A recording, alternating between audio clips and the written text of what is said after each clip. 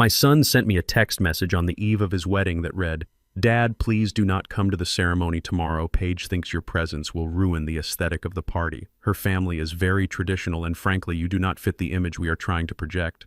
I will send you photos later, sorry." I read the message twice. I did not cry. I did not call him back to beg. I simply walked over to my laptop and logged into the mainframe of Blackwood Holdings. I saw a pending charge of $50,000 for imported white roses. I clicked one button, decline. Then I clicked another, freeze all assets. The next morning, they were not worrying about the aesthetic of their wedding photos. They were worrying about why security was escorting them out of their presidential suite. Before I tell you how I destroyed my son's fake empire in less than 24 hours, let me know where you are watching from in the comments below. Hit like and subscribe if you have ever been underestimated by your own flesh and blood. My name is Cyrus Blackwood, and at 67 years old, I have learned that silence is the loudest noise you can make. I stood in the middle of my living room in a townhouse that most people would call modest. The air smelled of starch and old lavender. On the ironing board lay my navy blue suit. It was 10 years old, but the wool was good, and I had polished the brass buttons until they shone like gold coins. I was ready. I was proud. Tomorrow was the day my only son Trey was marrying into the Huntington family. On the table next to the iron sat a leather-bound Bible that had belonged to my grandfather. Inside the pages of the Book of Proverbs, I had placed a cashier's check. It was a wedding gift, $500,000, $500,000 to help them buy their first home so they would not have to rent like I did for so many years. I had worked 3 jobs simultaneously in my 30s, hauling crates at the docks, driving trucks across state lines, and cleaning floors to ensure Trey never felt the cold wind of poverty. I had built Blackwood Logistics from one rusted van into a global fleet, but I never flashed the money. I wanted Trey to build character. Then my phone buzzed on the ironing board. It was Trey. I picked it up, expecting a last-minute request to bring the ring or perhaps just a nervous groom needing reassurance. Instead, I saw the text that severed the last cord connecting us. "Dad, do not come to the wedding. Paige thinks your presence will ruin the aesthetic. Her family is very traditional. You just do not fit the image." I stared at the words. Ruin the aesthetic. My hands, which are calloused and scarred from 40 years of labor, were apparently too rough for the delicate sensibilities of the Huntington family. They saw an old black man in a dated suit and saw a blemish. They did not see the father who paid for the private schools where Trey learned to be ashamed of me. They did not see the man who paid for the engagement ring Trey claimed he bought with his savings. I looked at the suit on the ironing board. I looked at the Bible with the $500,000 check inside. I did not reply to the text. There was nothing to say. I picked up the Bible and removed the check. I walked to the kitchen sink and struck a match.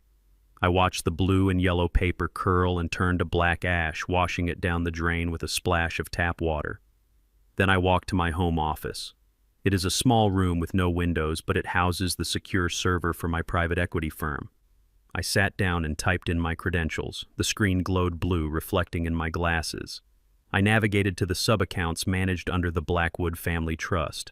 I pulled up Trey's profile. I had given him a platinum card under the guise of a small startup loan to help him launch his consulting business.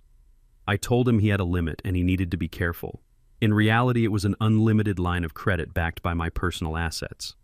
I looked at the recent activity. It was a hemorrhage of vanity. $50,000 for floral arrangements charged 10 minutes ago, $12,000 for a vintage champagne tower, $8,000 for custom silk napkins embroidered with the Huntington crest. They were burning through money that wasn't theirs to celebrate a union that excluded the man providing the fuel. I looked at the status bar. Active. I moved my mouse to the administrative override. I selected the option marked Red Flag Protocol. This is a setting usually reserved for when a card is stolen or when a client is under federal investigation. It instantly freezes all associated accounts, revokes all authorized user privileges, and alerts credit bureaus of potential fraud.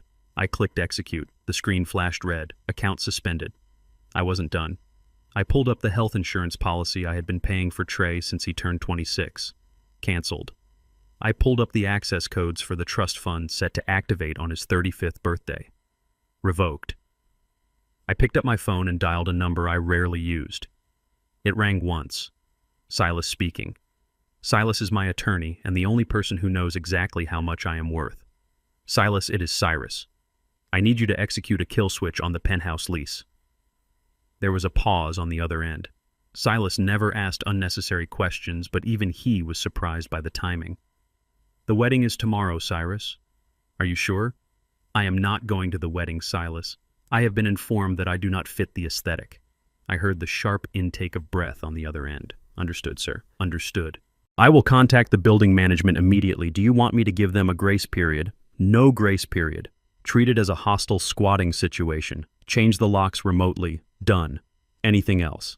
Yes. Contact the valet service at the resort. The Porsche Trey is driving is registered to the company fleet. Report it as unauthorized use. Have them tow it. Consider it done. Good night, Cyrus. I hung up. I went back to the living room and unplugged the iron.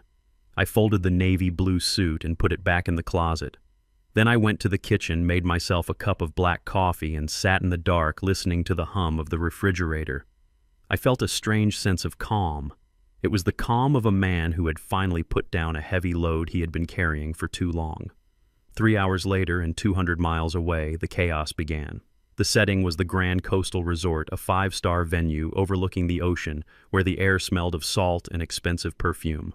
Trey and Paige were standing at the front desk surrounded by their bridal party. Paige looked stunning in a white dress that likely cost more than my car, holding a clutch bag that could feed a family for a year. Her parents, Mr. and Mrs. Huntington, were standing nearby, looking bored and sipping complimentary sparkling water. The lobby was bustling with guests arriving for the rehearsal dinner. The atmosphere was one of effortless wealth, the kind of environment where money is never discussed because its presence is assumed. Trey placed the platinum card on the marble counter with the casual arrogance of someone who has never had a payment declined. We are checking in. Presidential suite for us and the deluxe ocean view rooms for the parents. The receptionist, a young woman with a polite smile, took the card and swiped it. She frowned slightly. She swiped it again. Then she typed something into her keyboard. I am sorry, sir, the card has been declined. Trey laughed. It was a nervous sound. That is impossible. Run it again. It is a platinum card. There is no limit. I have run it 3 times, sir. It is returning a code I have never seen before. It says contact issuer immediately. Security alert. Paige stepped forward, her smile tight. Trey, stop playing around. Use the other card. The guests are waiting for their room keys. Trey pulled out his backup card. A gold card also linked to my accounts. He handed it over. The receptionist swiped it. Declined. The silence that followed was heavy. The guests behind them began to shuffle their feet. Mr. Huntington cleared his throat loudly. Is there a problem here, Trey? I thought you said everything was taken care of. It is taken care of. Trey was sweating now. His forehead was glistening under the lobby lights. It must be a bank error. Their system is probably down. Let me call them. He pulled out his phone and dialed the priority support number on the back of the card. He put it on speaker so Paige could hear that it was just a technical glitch. Welcome to Blackwood Financial Services. The automated voice was cheerful. We are unable to complete your call. The account number you are calling from has been flagged for suspicious activity and is currently locked. Goodbye. The line went dead. Paige turned to Trey, her eyes narrowing. What does that mean? What do you mean, locked? I do not know, babe. I swear. It is my dad's account. He must have messed something up. Let me call him. Trey dialed my number. I sat in my kitchen and watched my phone light up. Trey calling. I took a sip of my coffee. I let it ring. At the resort, Trey redialed and redialed. He is not picking up. The hotel manager stepped out from the back office. He was a tall man with a suit that cost more than Trey's entire wardrobe. He did not look amused. Mr. Blackwood, we have a significant outstanding balance for the floral delivery that just arrived. $50,000. The vendor is refusing to unload the truck until payment is confirmed. And since your payment method for the rooms has failed, we cannot issue any room keys. Paige's mother stepped in. Her voice was high and sharp. This is ridiculous. Do you know who we are? We are the Huntingtons. The manager looked at her with a flat expression. That is wonderful, madam, but unless the Huntingtons wish to provide a valid form of payment covering the $62,000 currently due for the rooms and the vendors, I will have to ask you to vacate the lobby. You are blocking the check-in line for paying guests. $62,000. Trey looked at Paige. Paige looked at her parents. Dad, can you... Trey started. Mr. Huntington took a step back. Me. You told us this wedding was your gift to Paige. You told us your trust fund covered everything. Are you telling me you do not have the money? I do. I mean, my dad does. It is just a glitch. Paige grabbed Trey's arm, her nails digging into his suit jacket. Fix this, Trey. Fix this right now. My friends are watching. This is humiliating. I cannot fix it if he does not answer the phone. Then pay with your own money. Transfer it from your savings. Trey looked at the floor. He did not have savings. He had an image I had paid for. The manager signaled to 2 security guards standing near the elevators. Gentlemen, if payment is not rendered in 2 minutes, I will have to ask you to escort this party off the premises. Trey tried one last time. He sent a text. Dad, pick up. Emergency. The card isn't working. We are at the hotel. Everyone is watching. Please. I saw the text come in. I deleted it. Back at the resort, the humiliation was absolute. The manager nodded to the security guards. Please remove their luggage from the bell cart. Wait, Paige screamed. You cannot do this. We are getting married tomorrow. Not here, you are not. Not unless you pay. One of the security guards reached for the handle of Paige's Louis Vuitton suitcase. She slapped his hand away. Do not touch my things. Ma'am, if you cause a scene, we will call the police. Mr. Huntington pulled out his wallet. His hands were shaking. He pulled out a credit card. Here, put the rooms on this. We will sort out the rest later. The receptionist took the card. She swiped it. She looked up, her face apologetic. I am sorry, Mr. Huntington. Declined. Insufficient funds. The lobby went deadly silent. Paige stared at her father. Mr. Huntington turned bright red. That is impossible. It seems the manager said, his voice dripping with ice, that nobody in this party has the means to be here. Security, escort them out. Now.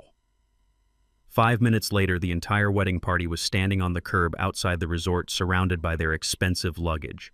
The ocean breeze blew Paige's hair across her face, but she didn't move to fix it. She was staring at Trey with a look of pure hatred. This is your father's fault, she hissed. That old man is incompetent. He probably forgot to pay the bill. Trey was frantically tapping on his phone, trying to access his mobile banking app. Access denied. User suspended. Contact administrator. He looked up at the towering hotel. The sun was setting, casting long shadows over them. They were stranded. No rooms, no venue, no flowers. We have to go to his house, Trey said. We have to go see him. He has to fix this. They hailed a large van taxi, piling the luggage in. The drive back to the city was 2 hours. 2 hours of silence. 2 hours of Paige text messaging her friends, telling them there was a technical issue with the venue. 2 hours of Trey sweating through his shirt. They arrived at my townhouse at 6 in the morning. I was awake. I had been awake all night. I was sitting on the front porch in my rocking chair, wearing my bathrobe, holding a mug of coffee. I watched the taxi pull up. I watched Trey fumble with the cash to pay the driver because his cards were useless. Paige stormed up the walkway first, her heels clicking angrily on the pavement. She did not say hello. She did not ask how I was. She screamed, "What is wrong with you? You ruined everything. Open the accounts. Right now." I took a slow sip of coffee. I looked at her. I looked at Trey, who was dragging suitcases up the path, looking like a beaten dog. "Good morning," I said. "Open the damn accounts," Dad Trey yelled. "The hotel kicked us out." Do you have any idea how embarrassing that was? I looked at him. I looked at the son who had told me I ruined his aesthetic. I imagine I said, my voice calm and steady, that it was almost as embarrassing as having a father who was a janitor. "Isn't that what you told your college friends I did?" Trey froze. "That is different. Look, we don't have time for a lecture. We need the money. The wedding is in 6 hours. "There will be no money, Trey." "What?" I stood up. I am 6'2". I may be 67, but I can still lift a 200-pound crate. I towered over them. "You uninvited me to the wedding. You said I did not fit the image. You were right. I do not fit the image of a walking ATM for ungrateful children." I closed the accounts. All of them. Paige stepped forward, getting in my face. "You can't do that. That is our money." "No," I corrected her. "That is my money. The money I earned while you were busy pretending to be rich. You have nothing." Trey laughed, a dry disbelief sound. "You are bluffing. You wouldn't do this. You love me. I did love you. I loved you enough to give you everything, and you loved me enough to be ashamed of me. So now you can be proud. You are a self-made man, Trey. Start making yourself." I turned to go back inside. Fix this or I will never let you see your future grandchildren, Paige threatened. I stopped. I looked back at her. My dear, if you raise them to be anything like you, I think I will pass. I closed the door and locked the deadbolt. Outside I heard Paige scream. Then I heard a siren. A tow truck was pulling up to the curb. It was backing up towards the Porsche Panamera Trey had parked on the street the night before the one he claimed he leased with his company profits. The driver hopped out and hooked the chains to the bumper. Hey, what are you doing? Trey ran down the steps. That is my car. The driver checked his clipboard. Vehicle reported stolen by Blackwood Holdings. Unauthorized possession. Stolen. My dad owns Blackwood Holdings, then you better take it up with him, kid. I just have an order to repo. Trey watched as the car was lifted into the air. His ride to his own wedding was being towed away. Paige was sitting on her suitcase on the sidewalk crying not because she was sad, but because she was furious. I watched through the blinds. This was just the beginning. They thought the worst thing that could happen was a declined credit card. They had no idea that I had already engaged the next phase of the plan. The Huntingtons were about to find out that their construction company, which they had leveraged to the hilt, was currently being acquired by a shell company I controlled, and I had no intention of keeping the current management. The wedding was supposed to be at noon. It was currently 7 a.m., and the storm was just making landfall. The pounding on my front door started at 7 in the morning. It was not a polite knock. It was the desperate, rhythmic thud of a fist hitting wood with entitlement. I was sitting in my favorite armchair by the window nursing a second cup of black coffee. The steam rose from the mug, curling in the morning light. I did not get up immediately. I took a slow, deliberate sip and let the banging continue for another minute. I wanted them to wait. I wanted them to realize that my time was no longer theirs to demand. Finally, I stood up and walked to the door. I unlocked the deadbolt and pulled it open. Trey stood there looking like he hadn't slept in 24 hours. His designer shirt was wrinkled and there were sweat stains under his arms. Next to him was Paige. She was vibrating with rage. She pushed past Trey and stormed into my living room without waiting to be invited. Her eyes darted around the space, scanning the worn velvet sofa, the shelves lined with old paperbacks, and the slightly faded rug that I had bought 10 years ago. Her nose wrinkled as if she had just stepped into a landfill. "It smells like old people in here," she announced, her voice shrill and cutting. "God, Trey, how can you stand it? It smells like mothballs and cheap detergent." She turned to me, her face twisted into a scowl that ruined her perfect makeup. "Fix it, Cyrus. Fix it right now." I closed the door, gently shutting out the morning breeze. I walked past them and sat back down in my armchair. I did not offer them coffee. I did not offer them a seat. "Good morning to you too, Paige," I said, my voice flat. "To what do I owe the pleasure of this invasion?" "Don't play dumb with me," she snapped. "You embarrassed us. You humiliated us in front of the hotel staff, in front of my parents. Do you have any idea how much pull the Huntingtons have in this town? You made us look like beggars." I looked at her calmly. "You are beggars, Paige. You were trying to pay for a $60,000 weekend with a card that isn't yours. That is the definition of begging." Trey stepped forward, running a hand through his messy hair. "Dad, please, stop this. We need the card reactivated. The wedding is in 5 hours. We have guests arriving at the venue. The vendors are threatening to walk. Just turn the money back on." I looked at my son. He was 32 years old, but standing there in my living room, he looked like a toddler throwing a tantrum in a toy store. "Why should I, Trey?" "Because I am your son," he pleaded. I took another sip of coffee. "Yesterday I was your son's father. Yesterday I was the man who raised you. But then I received a text message. A text message that said I was not welcome. A text message that said I did not fit the image." Trey flinched. He looked at his shoes. Paige, however, did not back down. She crossed her arms over her chest.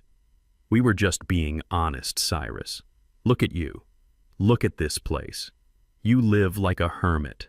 You wear suits from the last century. My family is elite. We have standards. We have an aesthetic to maintain. We couldn't have you wandering around looking like the hired help in the wedding photos. It would confuse people." I set my mug down on the side table. The ceramic made a sharp click against the wood. "So let me understand this correctly. I am good enough to pay for the aesthetic, but I am not good enough to be seen in it." Trey looked up, his eyes pleading. "Dad, it isn't like that. It is just—" He paused, struggling to find the words that wouldn't sound cruel, but the truth is rarely kind. "Dad, look at your hands." I looked down at my hands. They were resting on my knees. They are large hands. The skin is dark and rough like terrified leather. There is a thick scar running across my left thumb from a box cutter accident in 1995. There are calluses on my palms that never went away even after I stopped driving the trucks myself. They are the hands of a man who has worked every single day of his life. What about them, Trey? They are rough, Dad. They are working-class hands. Paige's father has never lifted anything heavier than a golf club. His hands are smooth. When you shake hands with people, you have a grip that hurts. You have grease under your nails sometimes, even when you scrub them. It makes people uncomfortable. It signals that you come from a different world. We just didn't want any awkward questions about why the groom's father looks like a laborer. The room went silent. The only sound was the ticking of the grandfather clock in the hallway. I looked at my hands again. I remembered how these hands had carried Trey when he had a fever of 104, because I couldn't afford a car to get to the hospital, so I ran 3 miles with him in my arms. I remembered how these hands had stacked crates in a freezing warehouse for 16 hours a day so that Trey could have the newest sneakers. I remembered how these hands had signed the tuition checks for the private school where he learned to despise the very labor that fed him. I see, I said softly. My hands are the problem. Yes, Paige interjected. It is a visual thing, Cyrus. You wouldn't understand. You don't have taste. But we are willing to overlook your little tantrum if you just open the accounts now. We can still salvage the reception. I stood up slowly. The chair creaked. I walked over to the window and looked out at the street. Parked right in front of my driveway was the white Porsche Panamera. It was gleaming in the sun, a symbol of wealth that Trey had paraded around town for the last 6 months. He told everyone he leased it with his bonus check. In reality, I bought it through one of my shell companies and let him use it because I wanted him to be safe. I turned back to them. You are right, Trey. My hands are rough. They are the hands of a brawler, a builder. And you are right, Paige. I do not have taste. I prefer function over form. I pulled my phone out of my pocket. So I am going to make a functional decision. Since I am not part of the wedding, I am no longer part of the financing. And since my hands are too dirty to shake the hands of your guests, they are also too dirty to sign the checks that pay for your lifestyle. What are you doing? Trey asked, his voice rising in panic. I tapped the screen. I was calling the asset recovery team I had put on standby. I am cleaning up the aesthetic, I said. Outside, a loud beep cut through the morning air. It was followed by the heavy mechanical whine of a hydraulic lift. Trey spun around and ran to the window. No. He scrambled to the door, tearing it open. Paige followed him, her heels clacking on the hardwood. I walked slowly behind them, stepping out onto the porch. A massive flatbed tow truck had backed up to the Porsche. A large man in a neon vest was already hooking the chains to the front axle. The truck had the logo of Metro Recovery Services on the side, a subsidiary of a company I acquired 3 years ago. Hey, stop that, Trey screamed, running down the driveway. Get away from my car. That is my car. The driver didn't even look up. He yanked the chain tight and signaled to the operator in the cab. The winch groaned, and the front of the white Porsche lifted into the air. Sir, step back, the driver said, his voice bored. You can't take this, Trey yelled, grabbing the driver's arm. I have the lease. It is in my name. The driver shook him off effortlessly. No, it isn't, kid. This vehicle is registered to Blackwood Fleet Services. The owner reported it as unauthorized use due to suspected fraud. I have a repossession order right here. Fraud, Paige shrieked. She was standing on the lawn, her hands in her hair. We didn't commit fraud. That old man is lying. She pointed a manicured finger at me standing on the porch. Tell him, Cyrus. Tell him it is a mistake. I looked down at them from the high ground of my front steps. My rough, working-class hands were clasped behind my back. It is not a mistake, I said, my voice carrying clearly over the sound of the truck engine. The user agreement for that vehicle was contingent on the driver being a person of character. Since it has come to my attention that the driver is ashamed of the source of the vehicle, the contract is void. The car was fully on the flatbed now. The driver secured the wheels with straps. You are ruining everything, Paige screamed, running towards the truck as if she could physically hold it back. Do you know how much that car costs? We need it for the exit photos. We need it to drive to the venue. The driver ignored her. He climbed into the cab and revved the engine. Trey stood in the middle of the street looking defeated. He looked at the empty spot where his status symbol used to be. Then he looked at me. How are we supposed to get to the wedding, Dad? I shrugged. You have legs, Trey. Use them. Or maybe you can call Mr. Huntington. Surely a man of his elite status has a spare limousine lying around. The tow truck pulled away carrying the Porsche down the street and around the corner. The silence that followed was broken only by Paige's sobbing. She wasn't crying because she was sad. She was crying because she was powerless, and for a woman like Paige that was a fate worse than death. She turned to Trey and started hitting his chest with her fists. "Do something, you idiot! Do something! Call the police! Call a lawyer!" Trey caught her wrists. "Stop it, Paige. Stop." He looked up at me again. His eyes were red. "I hate you," he shouted. "I hate you for this." I nodded slowly. "That is fine, son. You hated me yesterday too. You just didn't say it to my face because you needed my money. At least now we are being honest." I turned and walked back into my house. I closed the door and locked it. I went back to my chair and picked up my coffee. It was still warm. I could hear them arguing outside. Paige was screaming about calling an Uber, but neither of them had a working credit card. They would have to walk 3 blocks to the bus stop. I took a sip of coffee. The invasion had been repelled. But the war was far from over. I checked my watch. It was 8:30 in the morning. Mr. and Mrs. Huntington would be waking up soon at the hotel expecting a champagne breakfast. Instead, they were about to receive a phone call from their bank that would ruin their appetite for the rest of their lives. I opened my laptop again. It was time to deal with the in-laws. An hour after the tow truck disappeared around the corner, a black Lincoln Navigator pulled up to the curb. It was a hired car service, the kind with a magnetic logo slapped on the door, not a private driver. I noticed the tires were worn and the bumper had a scratch on the left side. For a family that claimed to be the pillars of high society, the Huntingtons certainly had a flexible definition of luxury. I was sweeping the porch. It was a simple task, a meditative rhythm that kept my hands busy while my mind calculated the destruction of my enemies. The dust settled on the concrete steps as the heavy door of the Lincoln swung open. A man stepped out. He was tall, with silver hair that was sprayed into helmet-like submission. He wore a linen suit that was trying too hard to look casual, but the fabric was pulling at the buttons. This was Arthur Huntington. He looked at my neighborhood with a sneer that suggested he feared catching a disease just by breathing the air. Next to him stepped a woman who looked like she had been preserved in amber and expensive Chardonnay. Mrs. Huntington wore large sunglasses and a scarf that cost more than my monthly utility bill. Trey and Paige were sitting on the curb, their suitcases surrounding them like the wreckage of a plane crash.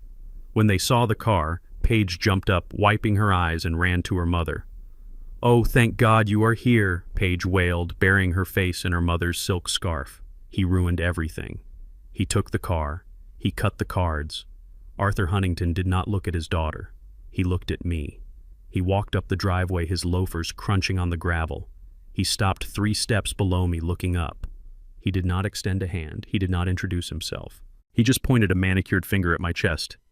"You there?" he barked. I stopped sweeping. I leaned on the broom handle and looked down at him. "Yes," I said. "Are you the father?" Arthur asked. The tone was not a question. It was an accusation. It was the tone a man uses when he is speaking to staff he intends to fire. "I am Cyrus Blackwood," I replied. Arthur snorted. He looked at my work boots, then at the broom in my hand. "Well, Cyrus, you have made quite a mess of things, haven't you? My daughter called me in hysterics. Something about a declined card and a missing car. I assume this is some sort of clerical error on your part, but let me be clear. We do not have time for incompetence. The wedding is tomorrow." He reached into his pocket and pulled out a leather money clip. He peeled off a $100 bill and held it out to me. "Here, take this. Go clean yourself up. Maybe buy a shirt that doesn't look like it came from a donation bin, and then fix the accounts. I want my daughter in that bridal suite by noon. Do you understand me?" I looked at the $100 bill fluttering in the wind.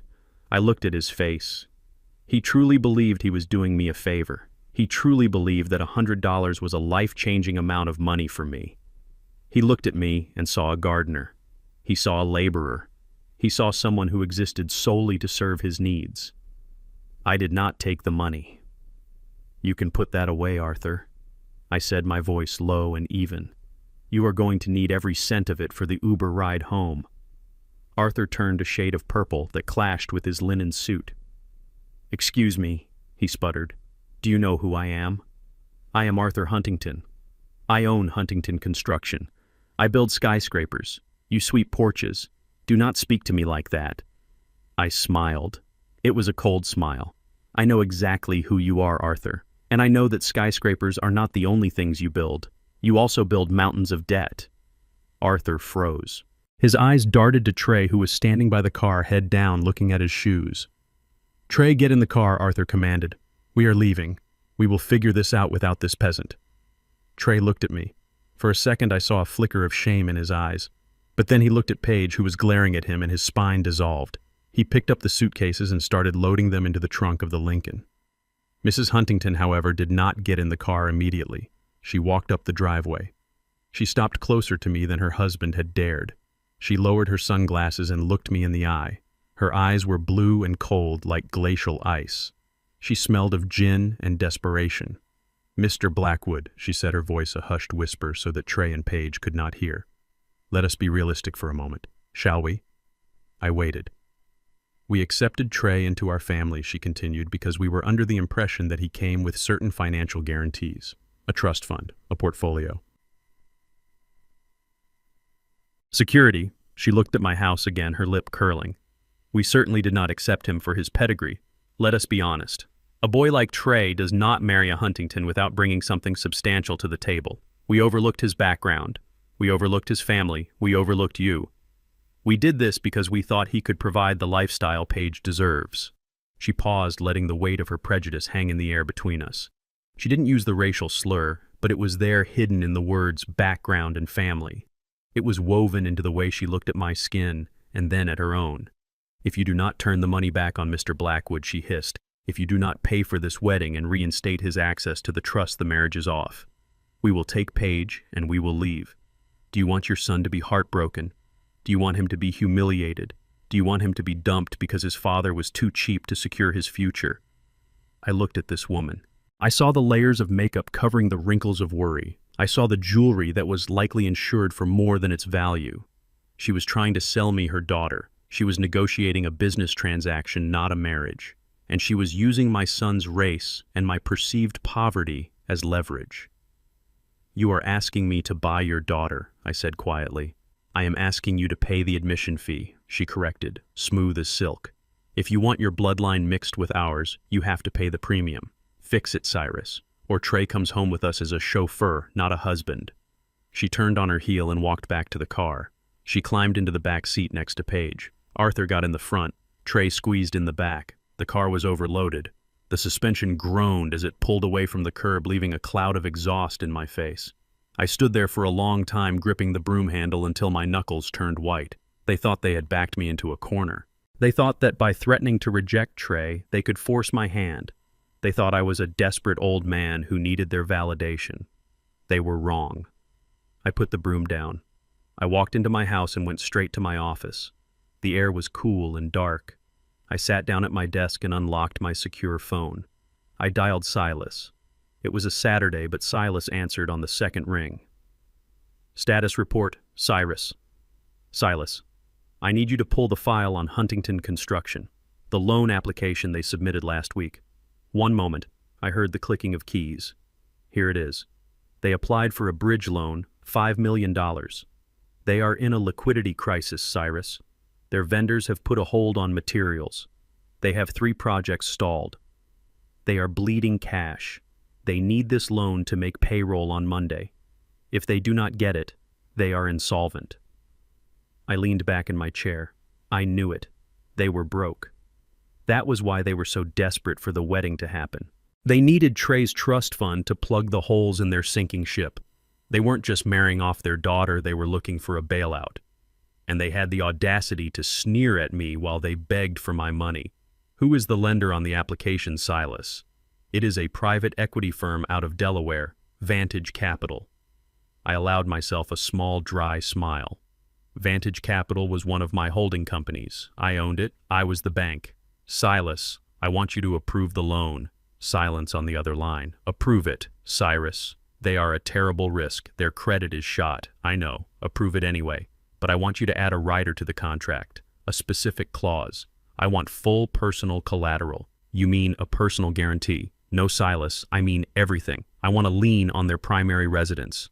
their vacation home in the Hamptons, their cars, their art collection, and a controlling interest in the company stock if they default on a single payment. That is aggressive, Cyrus. That is predatory.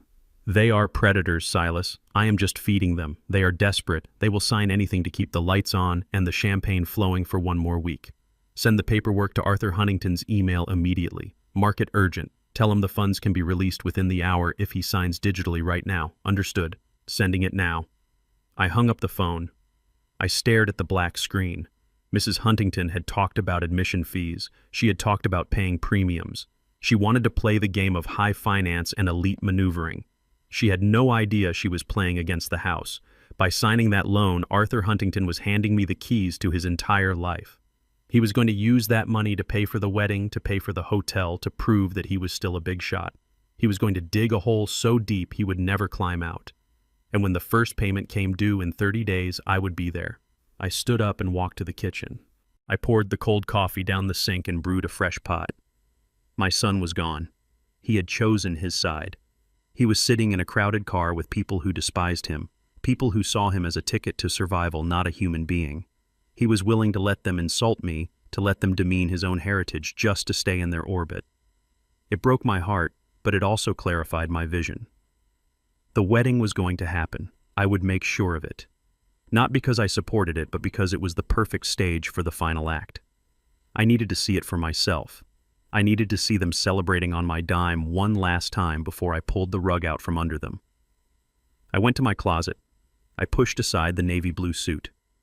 In the back, covered in plastic, was a tuxedo I hadn't worn in years. I unzipped the bag. It was black, sleek, and timeless. I wasn't going to the wedding as a guest. I wasn't going as the father of the groom. I was going as the owner. But first there was one more loose end to tie up. Trey and Paige were heading to the penthouse. They thought it was their safe haven. They thought they could hide there, regroup, and plan their next attack. They were wrong. I picked up my phone again. I opened the building management app for the skyscraper downtown. Unit 40B, the penthouse. Status occupied. I tapped the screen. Status lockout mode engaged. I watched the icon turn from green to red. Enjoy the view from the hallway, son, I whispered. The Huntingtons had called me a gardener. Tomorrow I would show them exactly what I was planning to prune. Trey and Paige arrived at the Sterling Tower penthouse just after noon. The Uber ride from my house had cost them nearly $80, which Trey had paid with a crumpled bill he found in his jacket pocket, his last reserve of cash. They stood in the sleek marble lobby, surrounded by their mountain of luggage, looking like refugees from a high-fashion war zone. The concierge, usually a man named David, who greeted Trey by name, was conspicuously absent. Instead, a stern-faced security guard watched them from behind the desk, his eyes tracking their every move. Trey punched the elevator button with aggressive force. "We just need to shower," Paige muttered, her voice tight with stress. "We need to regroup. We can call the bank from the apartment. Maybe we can get a courier to bring cash from your trust fund manager." Trey didn't answer. He was staring at the floor numbers lighting up. He looked sick. The elevator doors slid open on the 40th floor. The hallway smelled of expensive ozone and silence. They dragged their suitcases down the plush carpet towards Unit 40B, the double mahogany doors that had been their sanctuary, their symbol of arrival. Trey reached for the biometric scanner next to the door handle. He pressed his thumb against the glass plate, expecting the familiar green light and the soft click of the lock disengaging. Instead, the scanner flashed a harsh, angry red. Access denied. Trey frowned. He wiped his thumb on his pants and pressed it again. Harder this time. Access denied. User permissions revoked. "What is wrong now?" Paige snapped, dropping her makeup case with a thud. "Open the door, Trey. I need to get out of these clothes." "I am trying," Trey said, panic creeping into his voice. "It is not reading my print. It must be a system error. Everything is going wrong today." He tried his index finger. Then he tried punching in the backup code on the keypad. Error. Code invalid. He rattled the handle. It was locked tight.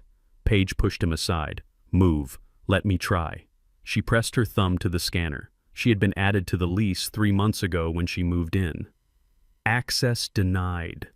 She stared at the little screen, her mouth opening in disbelief. "Did you forget to pay the rent too?" she hissed. "Is that it? Did you spend all our money on...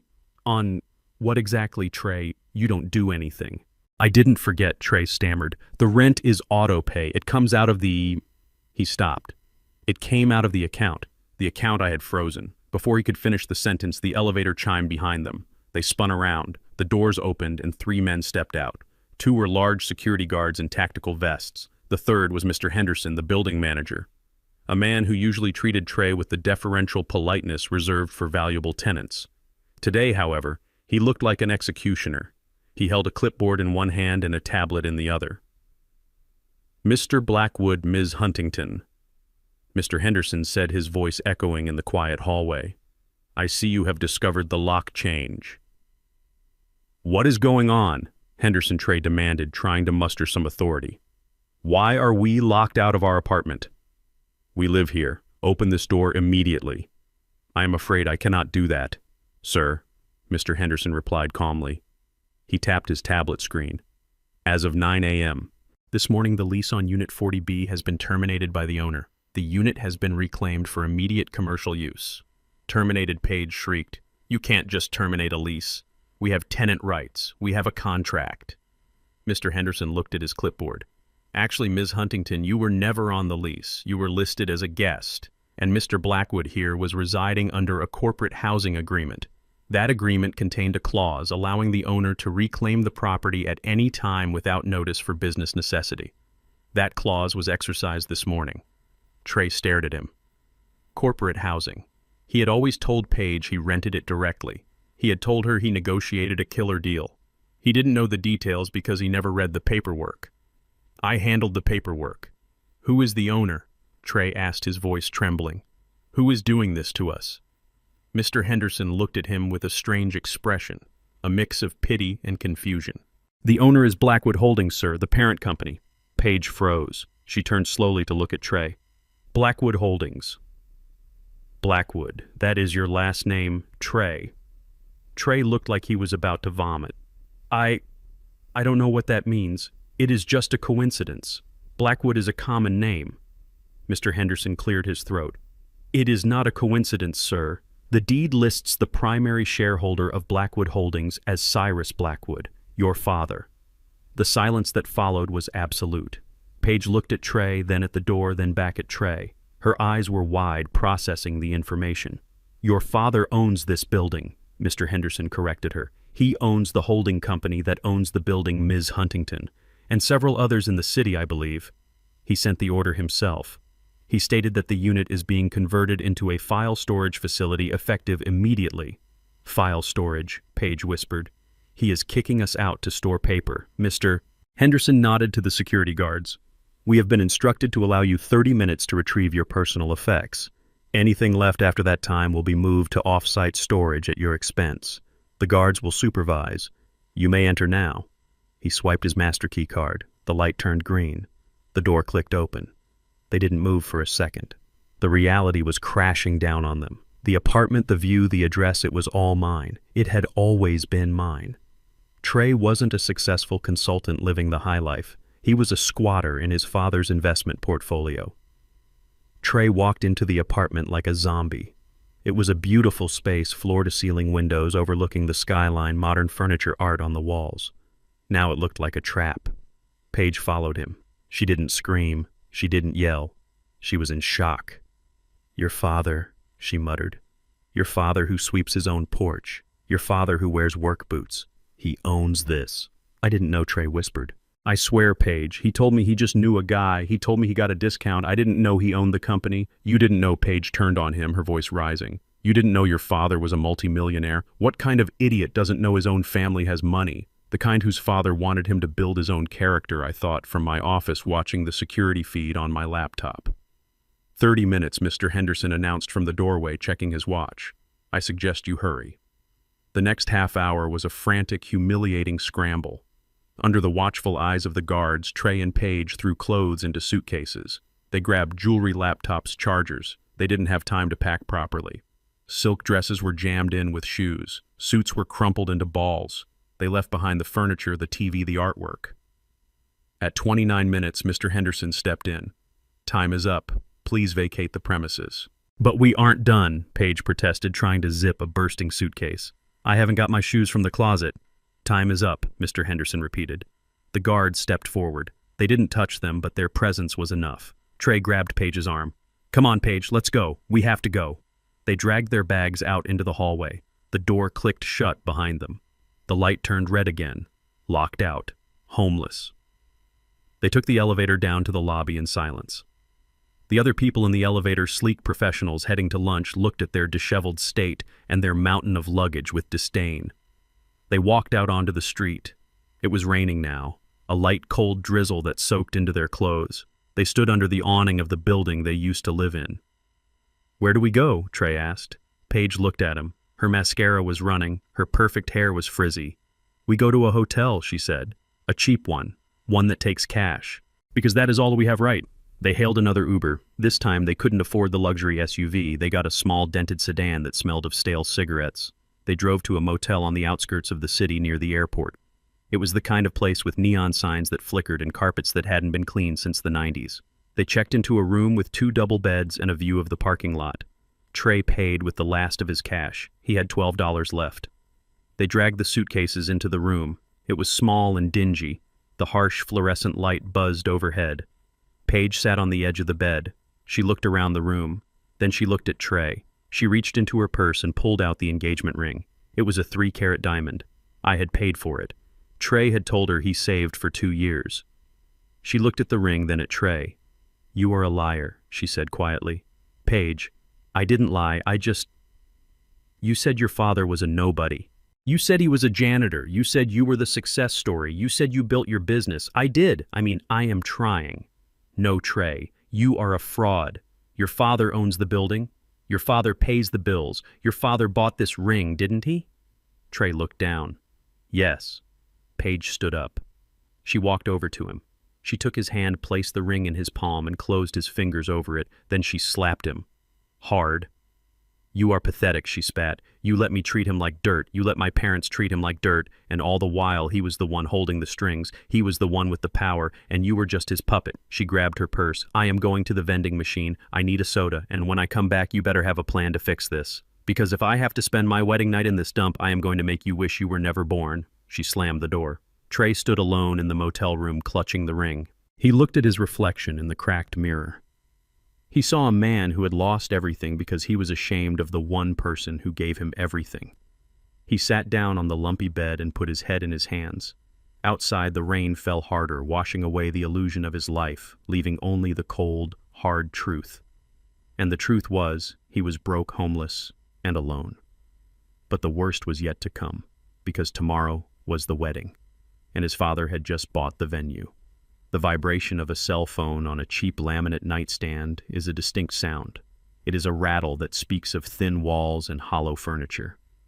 In the motel room, Trey and Paige watched their social standing evaporate one notification at a time. The rumor mill in their circle moved faster than the stock market, and the crash was just as devastating. Paige sat on the edge of the bed, staring at her screen with the horror of someone watching a car accident.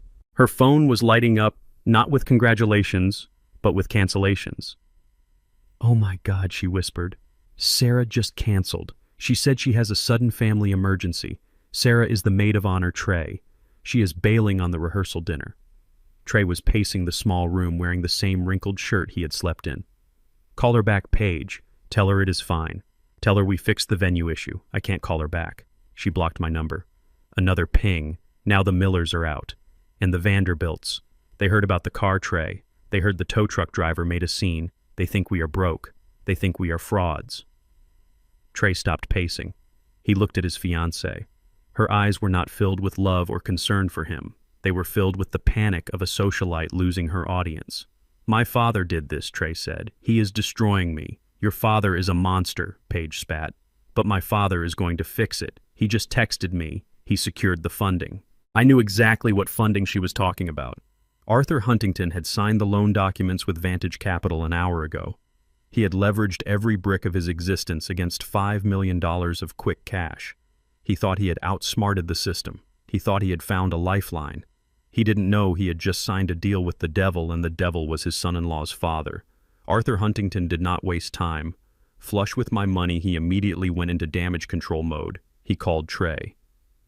I have the audio log because Trey's phone is on a family plan that I pay for and monitor for security purposes. Listen to me, you incompetent boy, Arthur screamed through the receiver. You have embarrassed my daughter. You have embarrassed my name. People are talking Trey. They are saying the Blackwoods are insolvent. They are saying you are nothing but a diversity hire in your own father's company.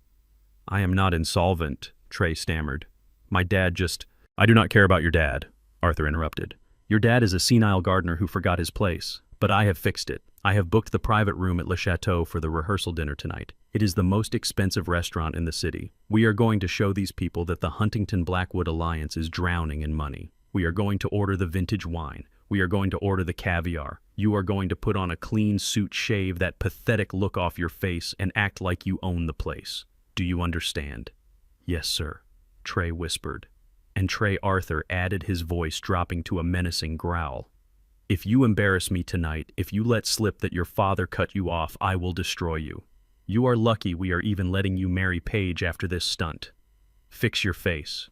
We eat at 7. I sat in my office and listened to the call end. Arthur was throwing a party with my money to save face while abusing my son. I looked at the clock. It was 4 in the afternoon. Le Chateau. I knew the place well. I owned the building it was housed in. I had leased the space to the chef 10 years ago. I picked up my phone. Jean-Luc, I said when the owner answered. It is Cyrus, Monsieur Blackwood. To what do I owe the honor? I understand you have a reservation for the Huntington party tonight in the Diamond Room. Yes, monsieur. A very large booking. Very last minute. They requested the grand menu. Good. I need a favor, Jean-Luc. One of your servers called in sick tonight. Did they, monsieur? I was not aware. Yes, they did, and I am going to fill in for them. There was a long silence on the line. Monsieur Blackwood, you want to wait tables. I want to ensure the quality of service for my family, Jean-Luc. I will be there at 6. Have a uniform ready. And Jean-Luc, no one knows who I am. To the staff and the guests, I am just the help. Do we understand each other? Of course, monsieur. At 6:30, I stood in the staff locker room of Le Chateau. The white waiter's jacket was tight across my shoulders. I buttoned it up. I put on a black face mask the kind service staff still wore to be polite and hygienic. It covered my beard and half my face. I looked in the mirror. I did not look like the CEO of a logistics empire. I looked like an invisible man. I looked like the man Arthur Huntington thought I was. I walked into the diamond room. It was a space of gold leaf and crystal chandeliers. The table was set for 20 people, though only 12 had confirmed. The cancellations had cut deep. Arthur and Mrs. Huntington arrived first. They swept in like royalty, ignoring the staff completely. Arthur was wearing a tuxedo that strained at his gut. Mrs. Huntington was dripping in diamonds that I now technically owned as collateral. I stood by the wall, a bottle of sparkling water in my hand. Arthur sat at the head of the table. He looked around the room with satisfaction. This will do, he said loud enough for the busboys to hear. This will show them. Vantage Capital came through just in time. Smart fellows over there. They know a good investment when they see one. Mrs. Huntington adjusted her necklace. I still cannot believe we have to do this, Arthur. That boy Trey is a liability. His father is a liability. Did you see his house? It was a shack. It does not matter, Arthur said, waving his hand. Once the wedding is over, we consolidate. We merge the assets. Trey says the old man has a pension and the house deed is clear. We can leverage that. Trey and Paige arrived 10 minutes later. They looked like they had been through a war and lost. Paige had managed to get her hair done, but her eyes were puffy. Trey was wearing a suit that I recognized. I had bought it for his graduation. It hung loosely on him now as if he had shrunk in the wash. They sat down. The atmosphere was frigid. Pour the wine, Arthur snapped, snapping his fingers in my direction without looking at me. The 82 Bordeaux, and keep it coming. I stepped forward. I held the bottle with a towel. My hand was steady. I poured a small amount into Arthur's glass for him to taste. He didn't even taste it. He just waved his hand. Fill it up. We need to drink to forget this morning. I moved around the table, filling glasses. I reached Trey. He didn't look up. He was staring at the tablecloth. I poured his wine. I was inches from him. My own son. He didn't recognize my hands. He didn't recognize my scent. To him, I was just part of the furniture. Arthur stood up to make a toast. The few guests who had shown up, mostly business partners, he owed money to raise their glasses. To family, Arthur boomed. To resilience. We Huntingtons do not break. We expand. And tomorrow we welcome a new member to the fold. He looked at Trey with a smile that was all teeth. Trey, stand up. Trey stood up slowly. This boy, Arthur continued, has had a rough start. He comes from humble beginnings, very humble. But we are generous people. We are giving him a chance to elevate himself, to wash off the dirt of his upbringing. Mrs. Huntington tittered into her glass. Wash it off. Indeed, she whispered to the woman next to her. You know what they say. You can take the boy out of the hood, but you cannot take the hood out of the boy. We are going to have to work very hard to civilize him. I stood behind Mrs. Huntington holding a bottle of water. I heard every word. The woman next to her laughed. Is he bringing anything to the marriage, or is he just a charity case? Arthur heard the question. He leaned in conspiratorially. He is the entry point, Arthur said, lowering his voice. Look, the kid is soft. He is weak. He does whatever Paige tells him. That is why we picked him. He is a useful idiot. He took a large gulp of wine.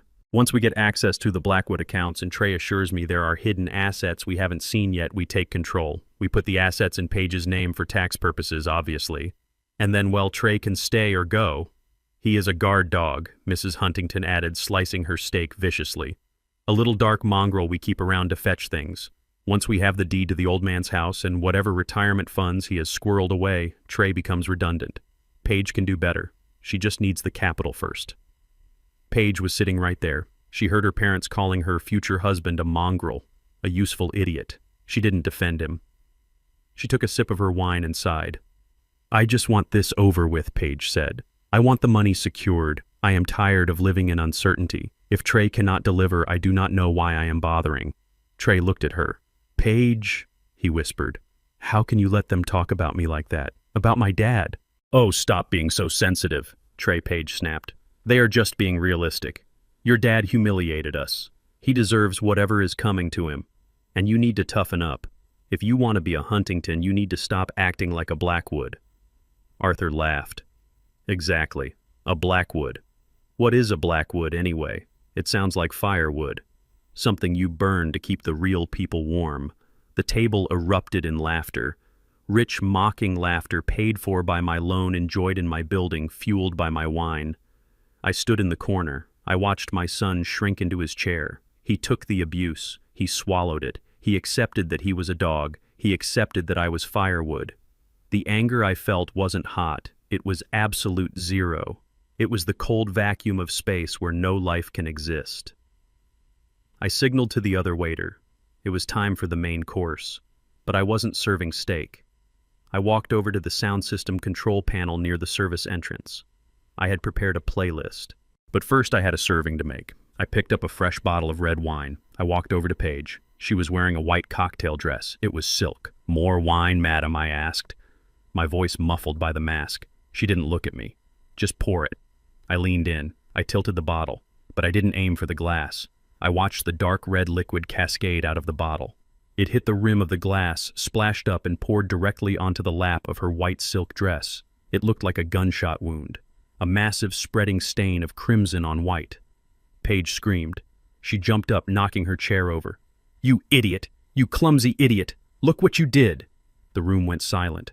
Arthur slammed his hand on the table. What is wrong with you? He roared at me. You incompetent fool! Do you know how much that dress costs? I stood there holding the empty bottle. I do. I said, my voice clear and loud, dropping the fake accent I had used with the manager. It cost $2,000. Charged to a visa ending in 4598.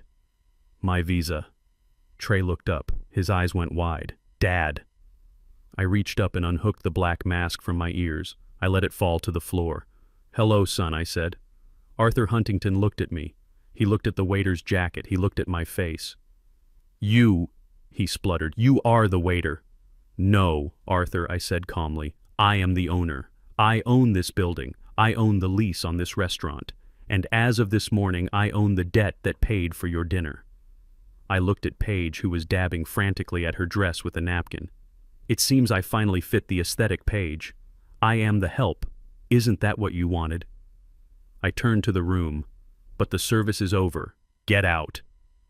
The stain on Paige's dress was a perfect violent Rorschach test. To her it looked like a ruined wedding. To me it looked like justice. The wine had soaked instantly into the silk, turning the pristine white fabric into a dripping mess of crimson. She stared at the stain for a heartbeat, paralyzed by the sheer audacity of the accident. Then her head snapped up. Her eyes found mine above the black mask. They were wide with a fury that transcended social graces. "You clumsy idiot!" she shrieked. Her hand moved faster than thought. A sharp, stinging slap connected with my cheek. It was loud enough to silence the entire room. "Do you have any idea who I am?" she screamed, her voice cracking. "Do you know how much this dress costs? You are useless. Absolutely useless. My God, why do they even hire people like you? Are you blind or just stupid?" I did not flinch. I did not apologize. I stood there holding the empty bottle like a weapon. The slap burned, but it was a purifying fire. It burned away the last remnants of my hesitation. Paige was not finished. She grabbed a napkin and dabbed frantically at the wine, only making it worse. "Get him out of here!" she yelled at the room at large. "Someone fire him. Someone call the manager. I want him gone. I want him on the street." Arthur Huntington stood up, his face a mask of purple rage. "You heard her?" he roared. "Get out. You are a disgrace." I looked at Arthur. I looked at Paige. I looked at Trey, who was cowering in his seat, unable to look at the waiter his fiancée had just assaulted. I slowly reached up to my ear. I unhooked the elastic loop of the black mask. I let it fall from my face, drifting to the floor like a dead leaf. The silence that followed was different. It wasn't the silence of shock. It was the silence of recognition. Trey's head snapped up. He squinted as if he couldn't trust his own eyes. "Dad?" he whispered. Paige froze mid-dab. She looked at my face. She looked at the waiter's uniform. "Cyrus," she breathed. I dropped the wine bottle onto the table. It landed with a heavy thud, knocking over a crystal water glass. "Hello, Paige," I said, my voice calm but carrying to every corner of the room. "I apologize for the spill. I am out of practice. I haven't served wine since I worked as a busboy in 1982 to pay for my first truck." Arthur Huntington looked like he was having a stroke. "You," he sputtered, "you are the waiter." "No, Arthur," I corrected him. "I am the man who paid for the wine. I am the man who owns the building you are standing in.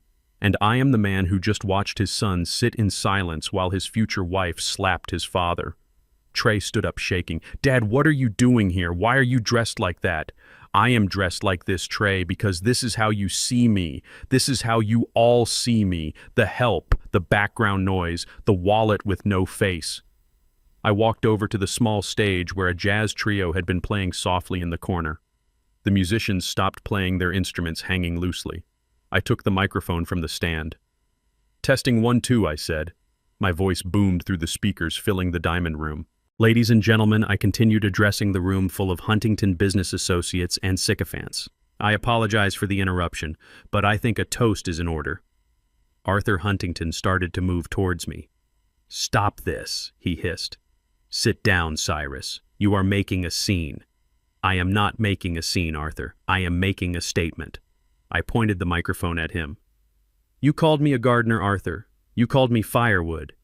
You laughed about washing the hood out of my son. Well, let me tell you something about the hood. In the hood, we learn to spot a hustler from a mile away. And you, Arthur, are a hustler with a bad credit score." The room gasped. Mrs. Huntington clutched her pearls. "How dare you?" she shrieked. "We are the Huntingtons." I laughed. It was a cold sound. "Yes, you are the Huntingtons. And according to the financial report I read this morning, you are the bankrupt Huntingtons. You are $5 million in debt. Your construction projects are stalled. Your assets are leveraged to the hilt. You didn't approve this marriage because you love Trey. You approved it because you needed a bailout." Arthur's face went white. "That is a lie," he shouted. "Security! Get him out." I signaled to the back of the room. The doors opened. But it wasn't hotel security. It was my personal security detail led by a man named Marcus who used to be a linebacker. They stepped into the room, crossing their arms. They weren't here for me. They were here for Arthur. "I am not done," I said into the microphone. I pulled a small remote from my pocket. I pointed it at the large projection screen behind the stage, the one that was supposed to be showing a slideshow of Trey and Paige's happy moments. Instead, the screen flickered to life with a grainy video. It was footage from inside the Huntington residence recorded 2 weeks ago. I had hired a private investigator who installed a camera in their living room disguised as a smoke detector. It is amazing what people will say when they think they are alone in their castle. The video showed Arthur and Mrs. Huntington sitting on their plush sofa, drinking martinis. "We just have to hold on until the wedding," Arthur said on the screen. "Once the knot is tied, we get access to the Blackwood Trust. Trey is an idiot. He will sign whatever we put in front of him." Mrs. Huntington laughed on the screen. "And the father, that old man, he is probably sitting on millions and doesn't even know how to spend it. We will have him declared incompetent within a year. Put him in a home. Take control of the estate. It will be easy, like taking candy from a baby." Arthur nodded on screen. "Exactly. We use Trey to get the money, then we cut him loose. Paige can divorce him in 2 years, take half, and we are set for life. He is just a stepping stone, dear. A dark little stepping stone." The video ended. The screen went black. The diamond room was silent, deadly silent. Every guest, every business partner, every friend looked at Arthur and Mrs. Huntington.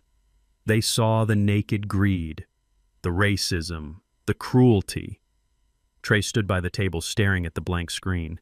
He looked like he had been punched in the gut. He turned slowly to look at Paige.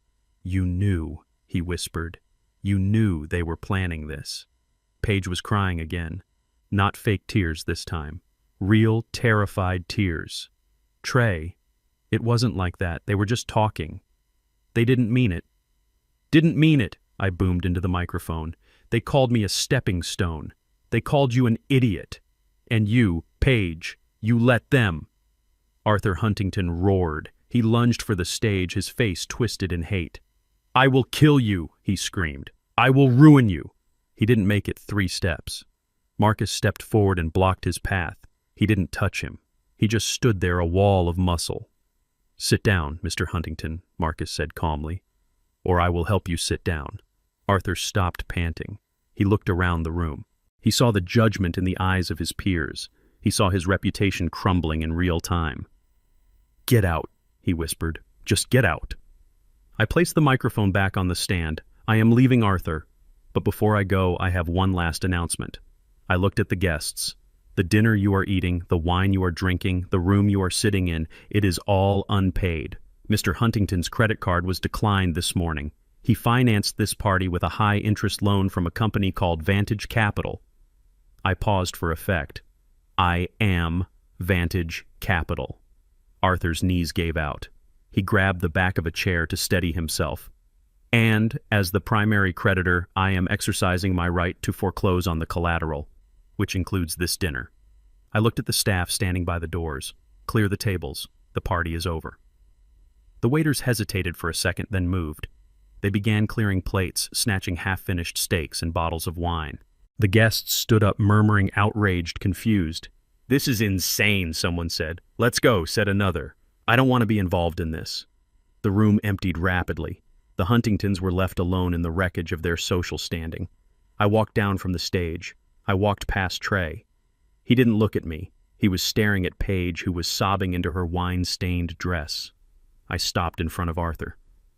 "You wanted a gardener, Arthur," I said quietly. "Well, I just pruned the dead wood." I turned and walked out the service door, leaving them in the empty, echoing room. My son, his fiancée, and the family that tried to eat him alive. The morning sun rose over the city like a spotlight turning on a crime scene. It was 8 a.m. on the day of the wedding. For most grooms, this is a time of nervous excitement and last-minute tie adjustments. For Trey, it was a time of absolute existential terror. He and Paige were sitting in the lobby of a budget motel staring at a bank statement on Trey's phone screen. It was an old screenshot from 3 years ago showing the balance of my retirement savings account at First National Bank.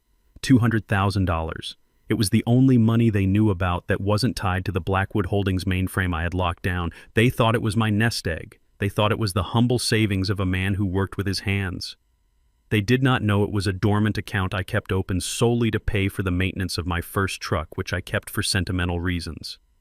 Paige looked at the number, and her eyes gleamed with a predatory light. We get this money, she whispered.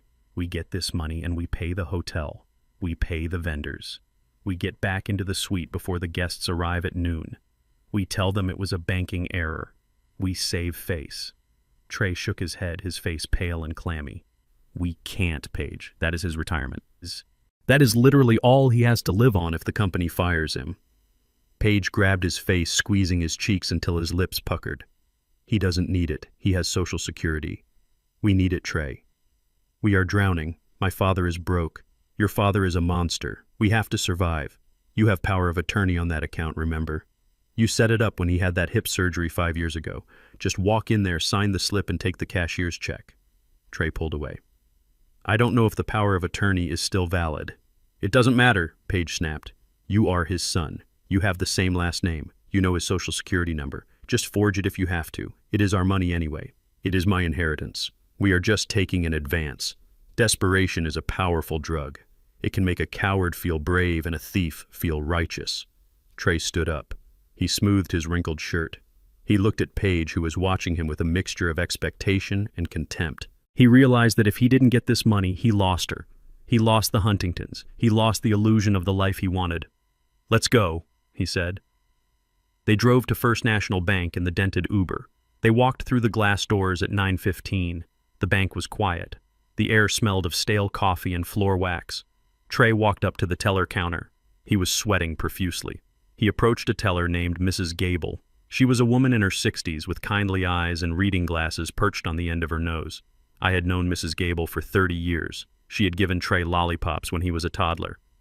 Hello, Trey, she said, smiling warmly. I haven't seen you in years. How is your father? Trey tried to smile back, but his lip twitched. He is good, Mrs. Gable. He is great. Actually, that is why I am here. He is not feeling well today. He couldn't make it down. He needs me to make a withdrawal for some medical expenses. Mrs. Gable's smile didn't waver, but her eyes sharpened behind her lenses. Oh, I am sorry to hear that. What do you need? I need to close the savings account, Trey said, pushing a withdrawal slip across the counter. I need a cashier's check for the full balance, $210,000. Mrs. Gable looked at the slip. She looked at the signature at the bottom. It read Cyrus Blackwood, but the loop on the B was wrong. My signature is sharp and jagged. This was round and soft. I see, she said. And do you have the power of attorney documentation? It is on file, Trey said quickly. I filed it 5 years ago. Mrs. Gable typed into her computer. She looked at the screen. She saw the red banner flashing across the top of my profile. It was a flag I had placed there yesterday afternoon after the tow truck left my house. It read, Revoke all authorizations. Report attempted access to authorities immediately. Mrs. Gable did not blink. She did not frown. She was a professional. Ah yes, here it is, she lied smoothly. The system is just running a bit slow this morning, Trey. Since it is such a large amount, I need to get the manager to override the daily limit. It will just take a moment. Why don't you and your fiancée have a seat in the lobby? I will bring the check out to you. Trey exhaled a breath he had been holding for 10 minutes. Thank you, Mrs. Gable. Thank you so much. He turned to Paige and gave her a thumbs up. They walked over to the seating area and sat down. They held hands. They were smiling. They thought they had won. They thought they had outsmarted the old janitor. Mrs. Gable walked into the back office. She did not print a check. She pressed the silent alarm button under the desk. Then she picked up the phone and dialed the direct line for the precinct captain. 5 minutes passed, then 10. Trey checked his watch. We have to go, he muttered. We are going to be late for hair and makeup. Just wait, Paige whispered. It is 200 grand, Trey. We wait. At 12 minutes, the double doors of the bank burst open. It wasn't a team of SWAT agents. It was just 2 uniformed officers. They walked in with the casual, heavy gait of men who know exactly who they are looking for. They didn't look around. They walked straight to the seating area. Trey Blackwood, one of the officers, asked. Trey stood up. Yes. Is there a problem? Paige stood up too, trying to use her Huntington glare. Excuse me, we are waiting for a transaction. We are in a hurry. The officer ignored her. He looked at Trey. Turn around and place your hands behind your back. What? Trey backed up, knocking over a fake ficus plant. Why? You are under arrest for attempted bank fraud, forgery, and identity theft. Trey's face went white. No, you don't understand. It is my father's account. I have permission. Mrs. Gable stepped out from behind the counter. She was holding a printout. Your father revoked your authorization yesterday, Trey, she said, her voice sad but firm. He also signed an affidavit stating that any attempt by you to access these funds should be considered a criminal act. He said you might try to forge his signature. And looking at this slip, that is exactly what you did. The officer grabbed Trey's wrist and spun him around. The sound of the handcuffs ratcheting shut was loud in the quiet bank. Click, click, click. Paige screamed, "Get off him! Do you know who I am? My father is Arthur Huntington." The second officer looked at her. The same Arthur Huntington who is currently being served with an asset seizure order. "Yeah, we know him. You are under arrest too, ma'am." "Me," Paige shrieked. "I didn't sign anything. I didn't do anything." The officer pulled out a pair of handcuffs. "We have you on the bank security camera coaching him. That is conspiracy to commit fraud. Turn around." They marched them out of the bank. It was the same bank where I had opened Trey's first junior savings account when he was 6 years old so he could learn the value of $1. Now he was leaving it in shackles because he had never learned the value of honesty. They were placed in the back of a squad car. People on the street stopped to watch. Someone filmed it on their phone. The video would be online within the hour, titled "Groom Arrested on Wedding Day." I was in my office reviewing the acquisition documents for Huntington Construction when my phone rang. It was an automated collect call from the county jail. "You have a call from an inmate, Trey Blackwood. To accept charges, press 1. I pressed 1. Dad." Trey's voice was a high-pitched panic. "Dad, you have to help me. I am in jail. They booked me, Dad. I am in a cell with a guy who is staring at me. You have to bail me out, please." I leaned back in my leather chair. I looked out the window at my garden. The roses I had planted myself were blooming. "Hello, Trey," I said calmly. "Dad, it was a mistake. I thought I still had the power of attorney. Mrs. Gable lied to me. Please, Dad, the bail is set at $50,000. I don't have it. Call a bondsman. Get me out. The wedding is in 2 hours. The wedding," I repeated. "You are still worried about the wedding." "Yes, Paige is freaking out. She is in the women's holding cell screaming." "Dad, please. I am your son." I closed the file on my desk. "You are my son, Trey. That is true. But yesterday you told me I ruined the aesthetic of your life. You told me I didn't fit the image. Dad, I didn't mean it. You did mean it. And you know what, Trey? I think you were right. I don't fit the image of your high society life. And do you know what else doesn't fit that image? A father who bails out a thief. Dad, please. I am busy, Trey. I am currently auditing the financial records of a construction company I just acquired. It seems the previous owners were very careless with their accounting. I don't have time to come down there. You bought Huntington Construction," Trey whispered. "I did. And I am going to clean house, starting with the management." "Dad, you can't leave me here. It is cold. It smells." I looked at the clock. "I suggest you get comfortable, son. Use the time to reflect. Think about the aesthetic of a prison cell. It is very minimalist, very modern. I think you will find it builds character.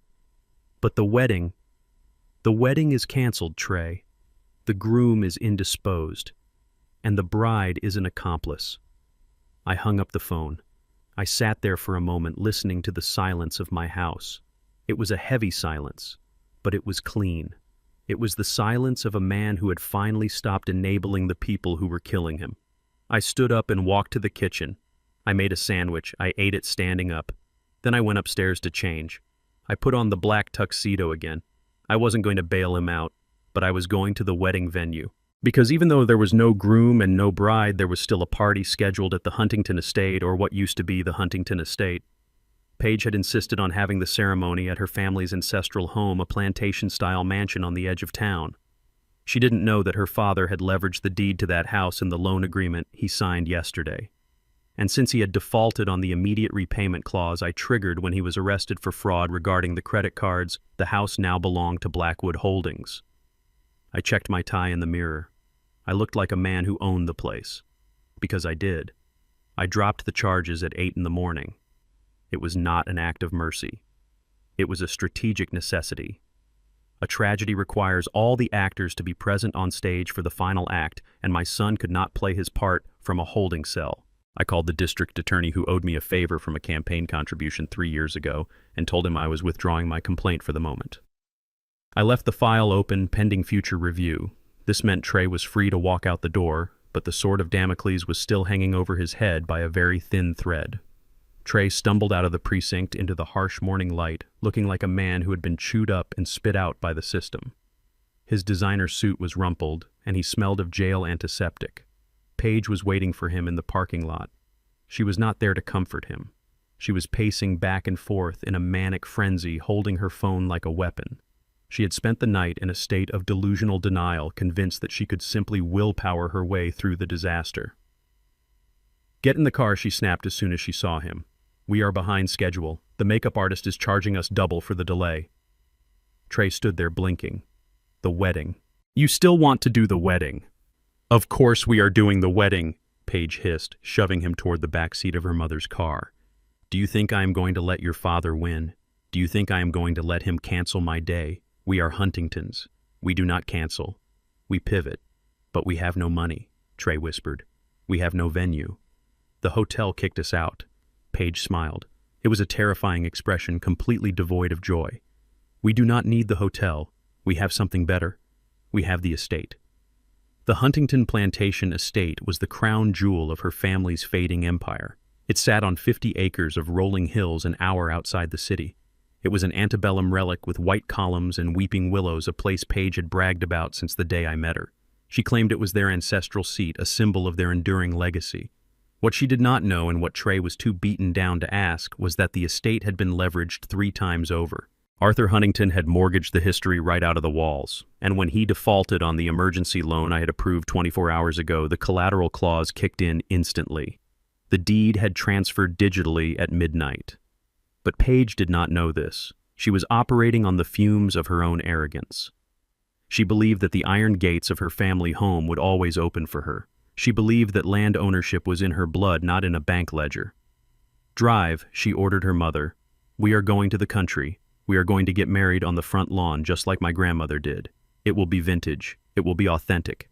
It will be a statement."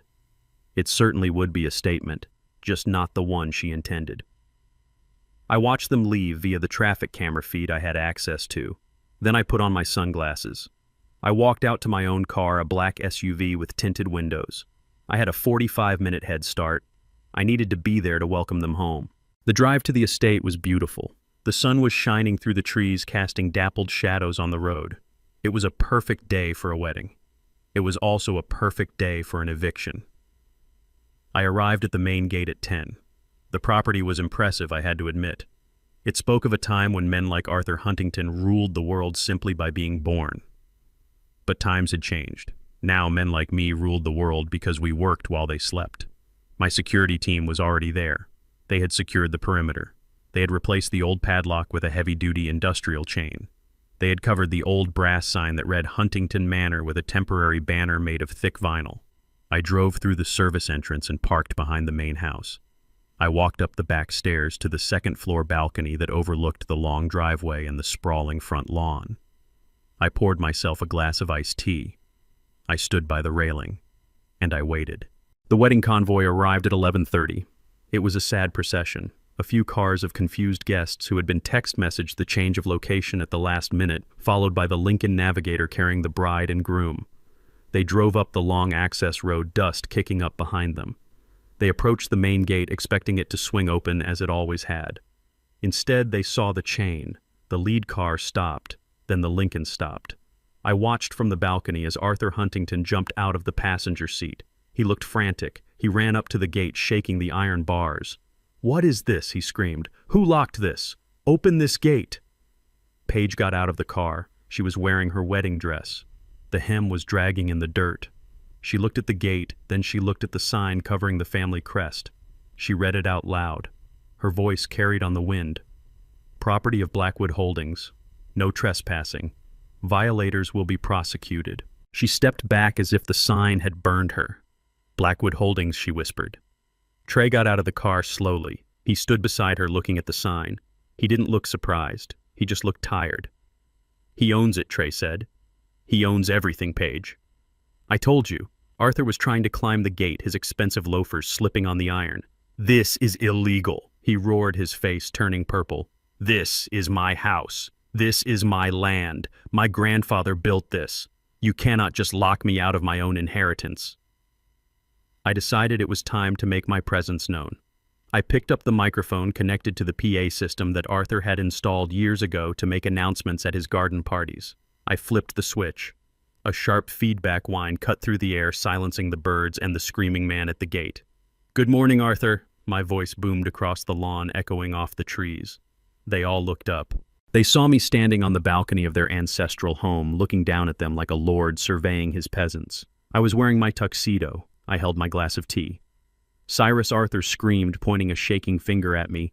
"Get off my balcony! Get out of my house! I will call the police! I will have you arrested for trespassing!" I leaned into the microphone.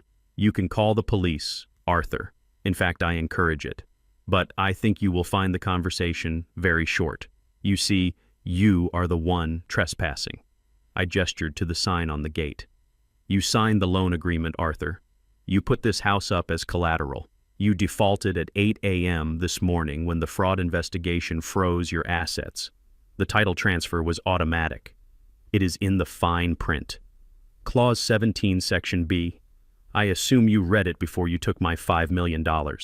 Arthur fell to his knees in the dirt.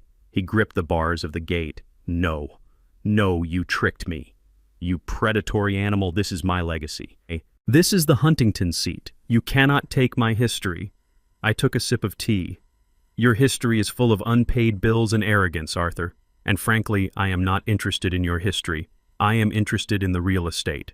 Paige ran to the gate. She grabbed the bars, her knuckles white. "Cyrus, please. It is my wedding day. I have guests. I have a dress. Just let us in for the afternoon. Let us have the ceremony. We can talk about business later. Please. Do not ruin this for me." I looked down at her. She looked small from up here. "I am not ruining anything, Paige. I am saving you from a terrible mistake. You wanted a wedding at a plantation. You wanted to celebrate your heritage. Well, I am giving you a history lesson." I paused, letting the words sink in. "Do you know what I am going to do with this house, Paige?" She shook her head, tears streaming down her face. "I am going to gut it. I am going to strip the wallpaper and sell the antiques. And then I'm going to turn it into a corporate retreat. But not just any retreat." I smiled. "This is going to be the exclusive vacation center for the employees of Blackwood Logistics. Specifically for my warehouse workers and my drivers, the men and women who work with their hands, the people you think ruin your aesthetic. They are going to swim in your pool. They are going to sleep in your bedrooms. They are going to have barbecues on this lawn." Arthur let out a sound that was half scream, half sob. "You wouldn't dare. You cannot put those people in my house. Those people," I replied, my voice hardening, "are the reason I have the money to buy your house, Arthur. They built my empire. You inherited yours and lost it." I signaled to the security team stationed inside the gate. "Gentlemen, clear the driveway. The former owners are blocking the entrance." 2 guards stepped forward. They didn't open the gate. They simply stood there, arms crossed, staring at the Huntingtons. Trey walked up to the gate. He put his hand on the cold iron. He looked up at me. "Dad," he said. His voice was not amplified, but in the silence of the countryside I heard him clearly. "Dad, I am sorry." I looked at him. I looked at the son who had stood by while his fiancée called me dirty. "It is too late for sorry, Trey. You made your choice. You chose the image over the man. Now you have neither." I turned off the microphone. I turned my back on them and walked back into the house. Behind me I heard the sound of Arthur wailing. I heard Paige screaming at Trey. I heard the engines of the cars starting up as the guests realized there would be no wedding, no reception, and no open bar. I walked through the empty hallways of the mansion. It smelled of old dust and decay. I walked past the portraits of dead Huntingtons glaring down at me from the walls. I took out my phone and called Silas. "Silas, it is done. Send the crews in on Monday. I want every portrait removed and burned. I want the carpets ripped out. And Silas, order a new sign for the gate. What should it say, Cyrus? Make it big, Silas. Make it gold. Have it say, the Cyrus Blackwood Center for Excellence. And put a smaller sign underneath. What should the small sign say? It should say, all are welcome. Except Huntington's." I hung up.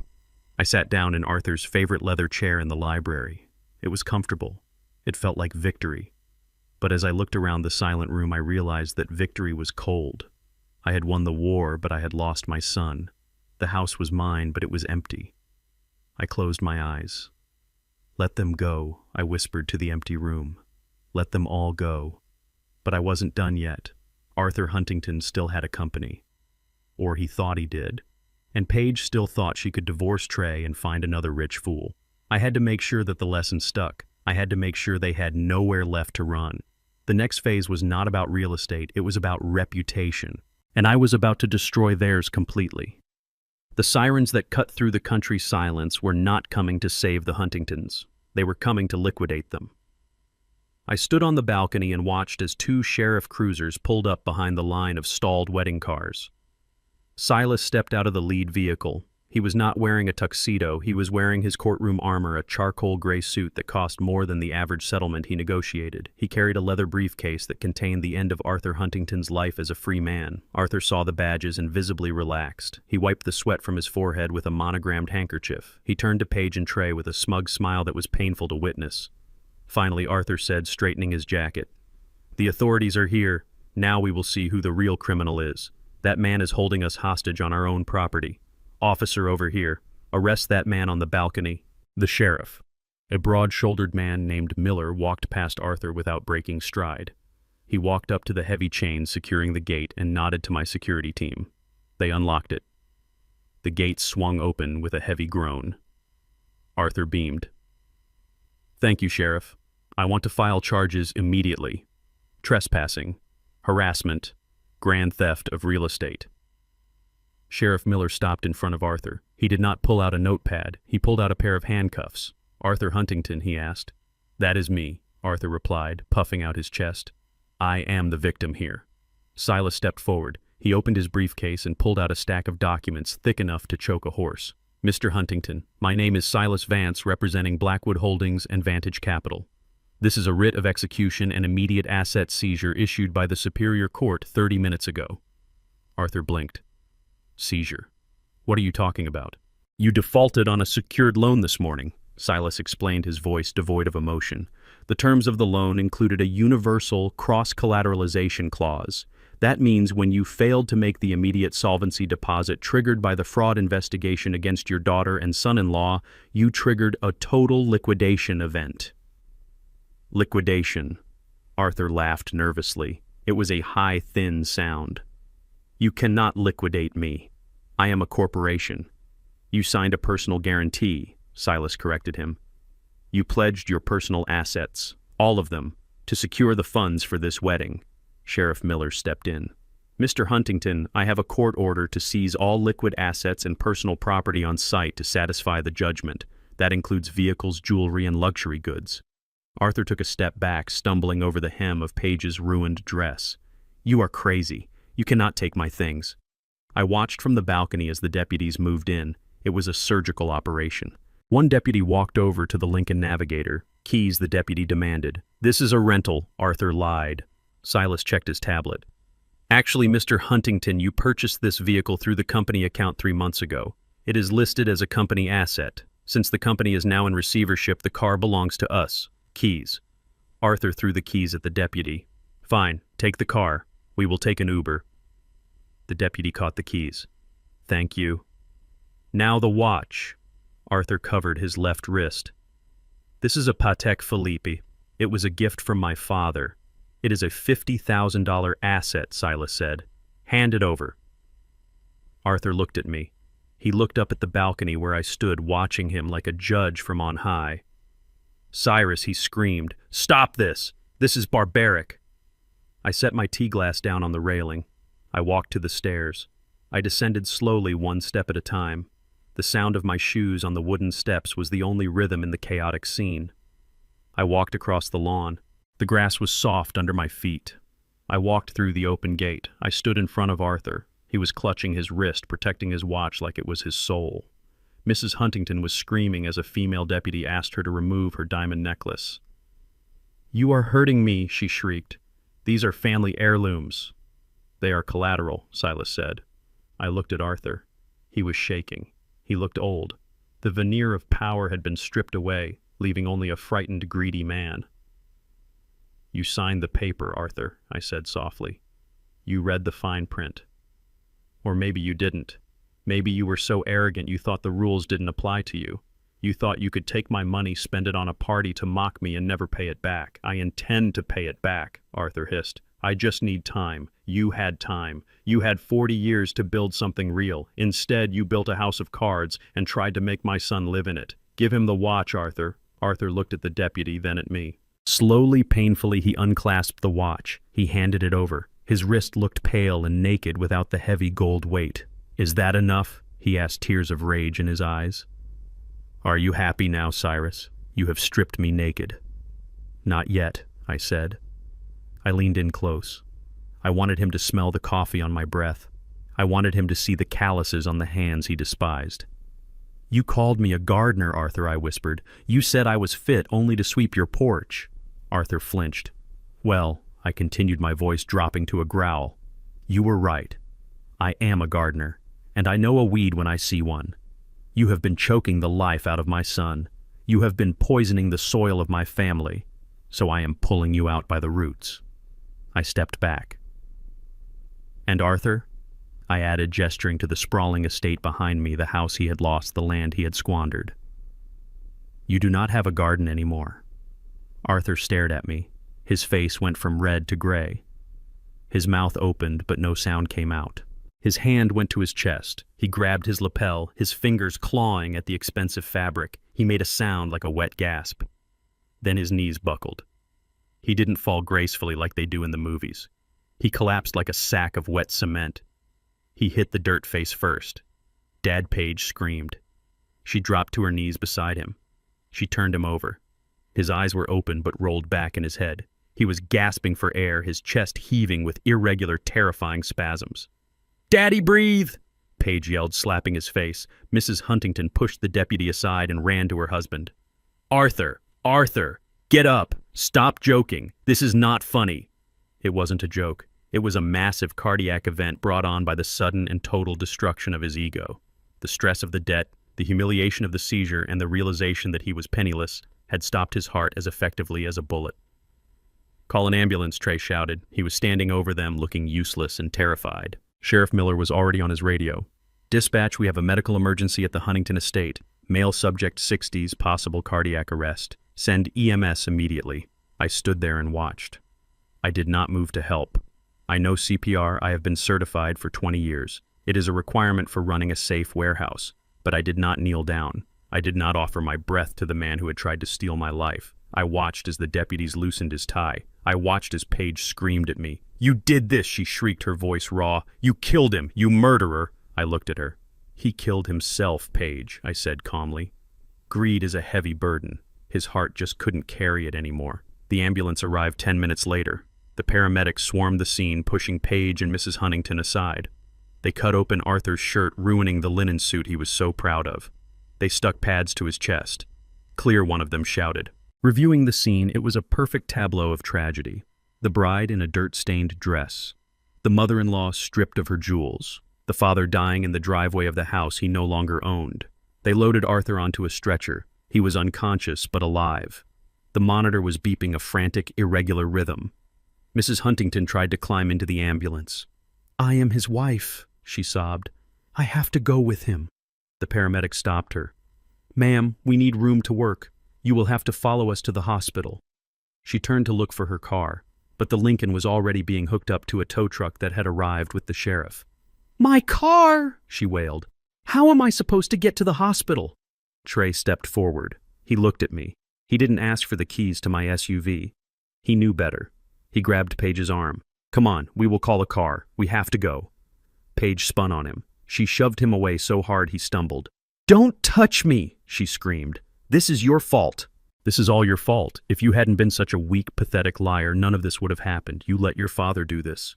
You let him kill my dad. Paige Trey pleaded. I didn't know. You never know anything, Paige spat.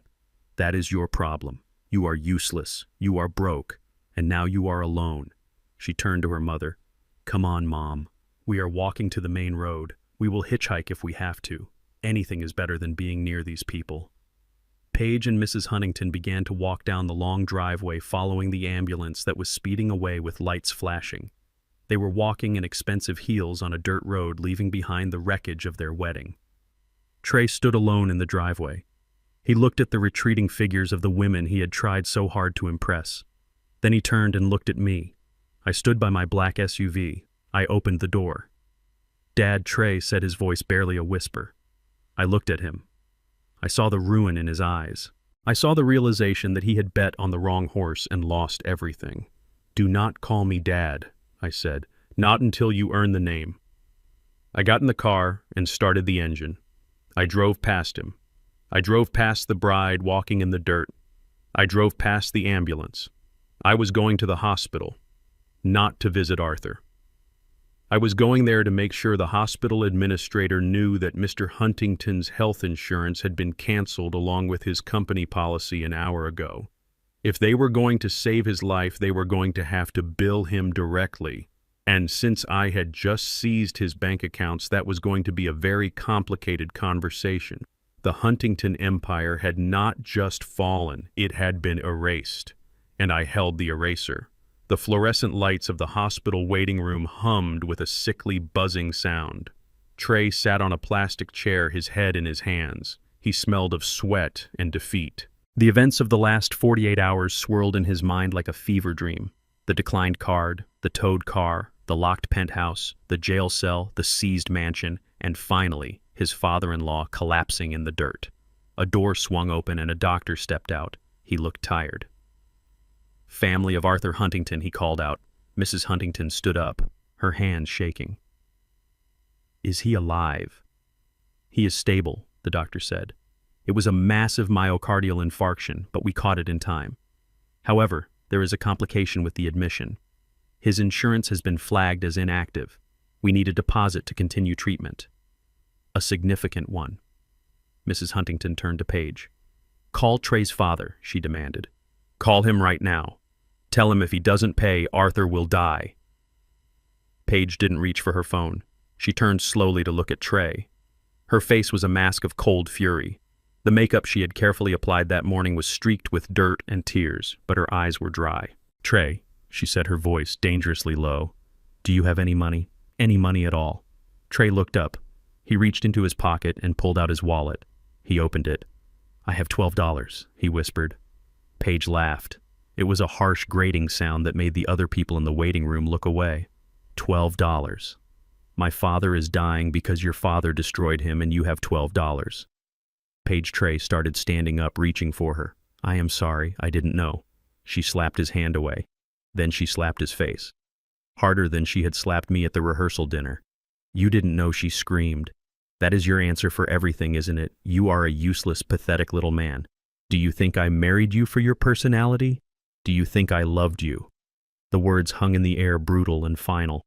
"I married you because I thought you were a Blackwood," Paige hissed, leaning into his face. "I thought you came with a trust fund. I thought you came with a safety net. I endured your boring stories and your desperate need for approval because I thought there was a payout at the end." Trey stared at her, his cheek red from the slap. "You never loved me?" he asked, his voice breaking. "Love?" Paige scoffed. "Love is for people who can afford it. I needed security. And you lied to me. You are not a rich heir. You are a broke fraud with a vindictive father." She pulled the engagement ring off her finger. The 3-carat diamond I had paid for. She threw it at him. It bounced off his chest and clattered onto the linoleum floor. "I want a divorce," she said. "I am filing the papers tomorrow. Annulment based on fraud. Now get out of my sight. Get out of this hospital. If I see you again, I will call security." Mrs. Huntington nodded in agreement. "Leave us alone, boy. You have done enough damage."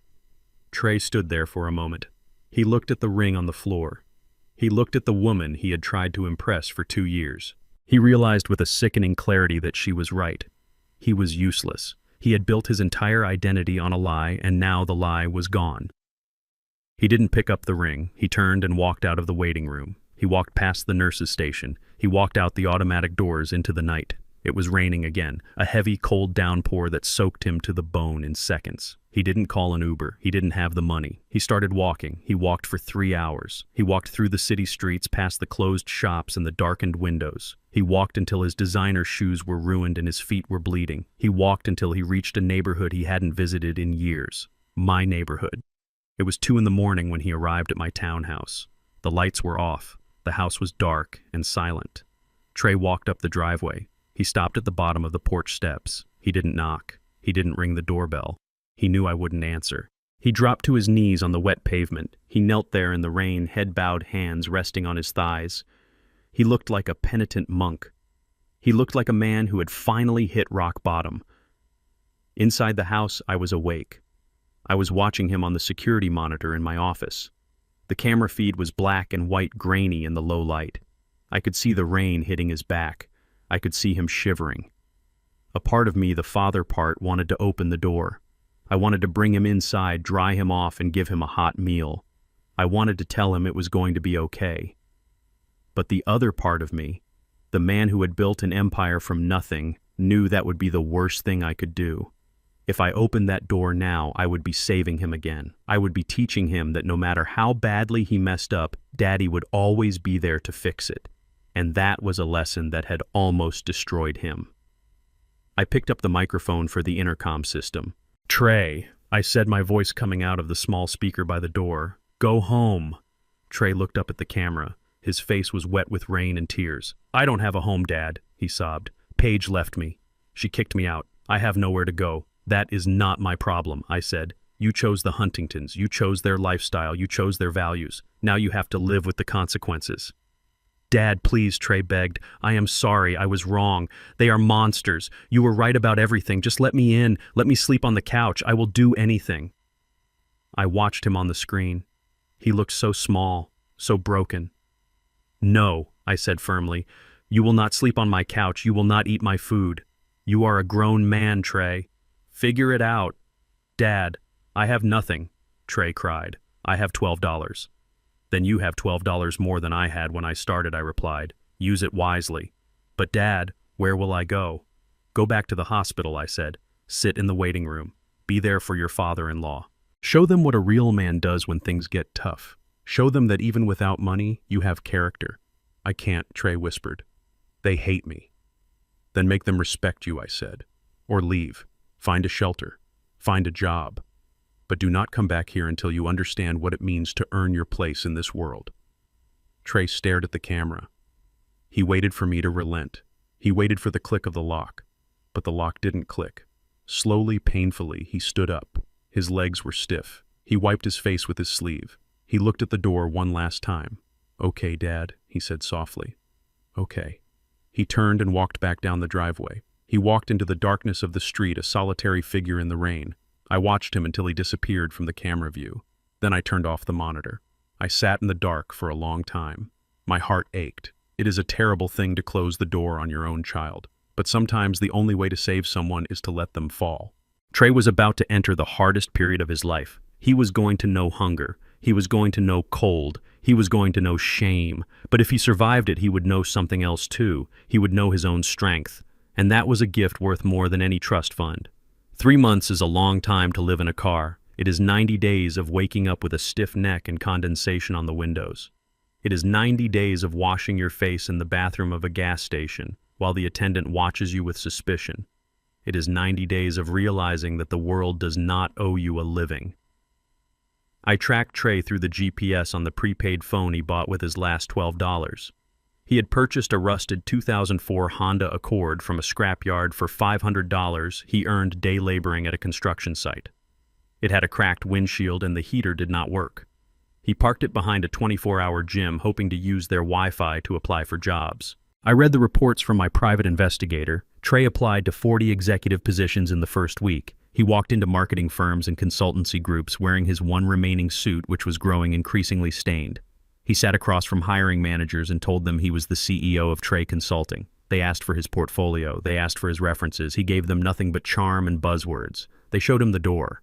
By the second month, he was applying for shift manager positions at fast food restaurants. They told him he was overqualified and would likely quit as soon as he found something better. They were right about the quitting part, but wrong about the something better. There was nothing better waiting for him. By the third month, the suit was gone. He sold it to a consignment shop for $40 to buy gas and ramen noodles. He was wearing jeans and a flannel shirt he found at a thrift store. He was thin. His eyes were hollow. He had stopped looking for a career and started looking for survival. He ended up at the industrial park on the south side of the city. It is a grid of concrete warehouses and loading docks where the air smells of diesel and exhaust. He walked into a temp agency called Labor Ready. He didn't ask for a management role. He asked for work, any work. They sent him to the Icebox. The Icebox is the nickname for Distribution Center 4. It is a massive cold storage facility that processes frozen seafood for the entire tri-state area. The temperature on the floor is kept at a constant 10 degrees below zero. It is a brutal, unforgiving environment. The turnover rate for new hires is 80% in the first week. Men quit after their first break because their fingers go numb and their spirit freezes. Trey did not know that Distribution Center 4 is a subsidiary of Blackwood Logistics. He did not know that the paycheck he was desperate for was signed by a payroll company I owned. He just saw a help wanted sign and a chance to eat. He was assigned to the loading dock. His job was to unload pallets of frozen crab legs from the incoming trucks and stack them in the deep freeze. The boxes weighed 50 pounds each. He had to move 400 boxes a shift. His supervisor was a man named Buck. Buck was a giant of a man with a red beard and a temper that ran hot to compensate for the cold air. He hated college boys. He hated anyone who looked like they had ever sat behind a desk. He took one look at Trey's soft hands and decided to break him. "Move it, Princess," Buck screamed on Trey's first day. "The truck ain't gonna unload itself. You think you are too good for this. You think you are special. You are nothing. You are a pair of hands and a strong back, and right now you are failing at both." Trey dropped a box. It split open, spilling frozen crab legs onto the concrete floor. Buck was on him in a second.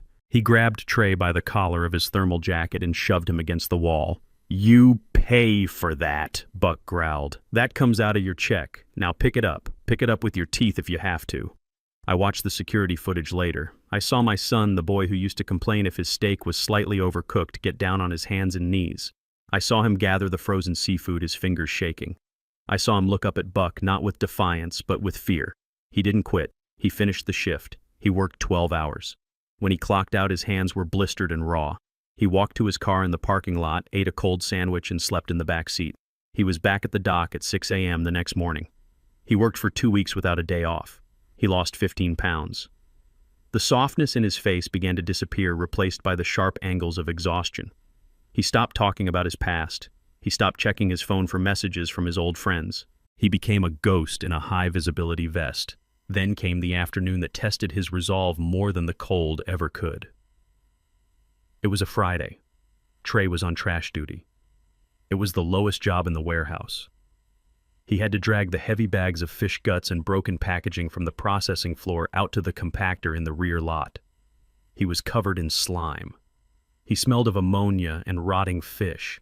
He was dragging a particularly heavy bag across the asphalt, his boots slipping on a patch of oil. A car pulled into the lot. It wasn't a truck. It was a red Camaro convertible, flashy and loud. It parked in the reserved spot marked Supervisor. Trey stopped. He wiped the sweat from his forehead with a dirty sleeve.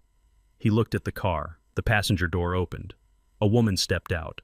She was wearing tight jeans and a low-cut top that was inappropriate for the industrial setting. Her hair was bleached a platinum blonde that looked brittle in the sunlight. She was chewing gum. It was Paige. She looked different. The Huntington elegance was gone, replaced by a harder, cheaper edge. She looked like someone who was trying too hard to prove she hadn't fallen. She was holding a fast food bag. She leaned against the car, checking her makeup in the side mirror. Trey stood frozen near the dumpster.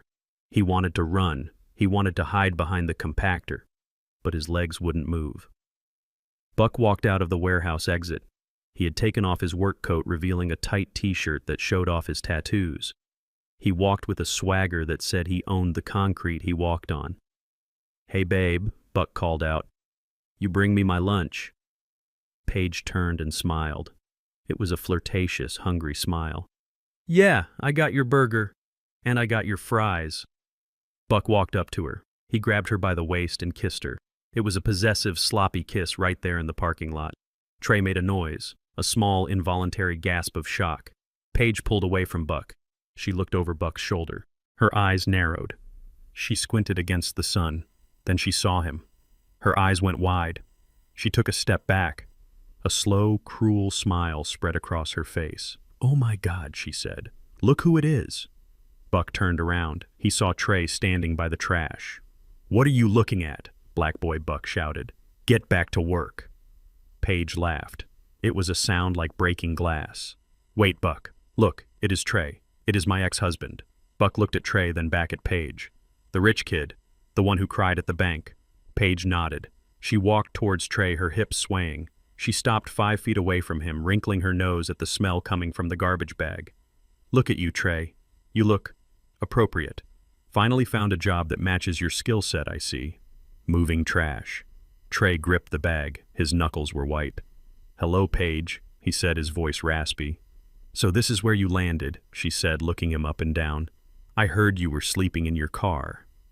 "Is that true? Are you homeless, Trey?" "I am working," Trey said. "I am making a living. You are moving fish guts," Paige corrected him. "You are a janitor, just like your father. I guess the apple really doesn't fall far from the tree. Although at least your father owns the building. You just clean it." Buck walked up behind her and wrapped his arm around her neck. "He bothering you, babe?" "No," Paige said, leaning into him. "He isn't bothering me. He is just reminding me how lucky I am to be with a real man now. A man with a job. A man who can actually pay for dinner." She looked at Trey with pure venom. "You know, Trey, I should thank you. If you hadn't been such a fraud, I might have been stuck with you. Instead, I found Buck. He takes care of me." Trey looked at Buck. The man who screamed at him for 12 hours a day. The man who stole his wages for broken boxes. This was who Paige had chosen.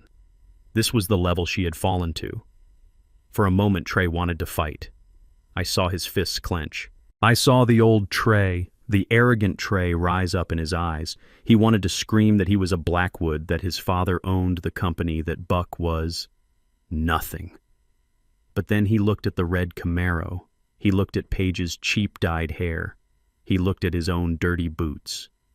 He realized that fighting for her validation was what had destroyed him in the first place. He took a deep breath. He released his fists. "I am happy for you, Paige," Trey said. "You deserve each other." Paige's smile faltered. She expected him to beg. She expected him to cry. Whatever loser, she spat. "Go clean something." Buck laughed. "Yeah, get back to work before I dock your pay." They turned and walked toward the warehouse entrance, leaving Trey alone by the dumpster. Trey watched them go.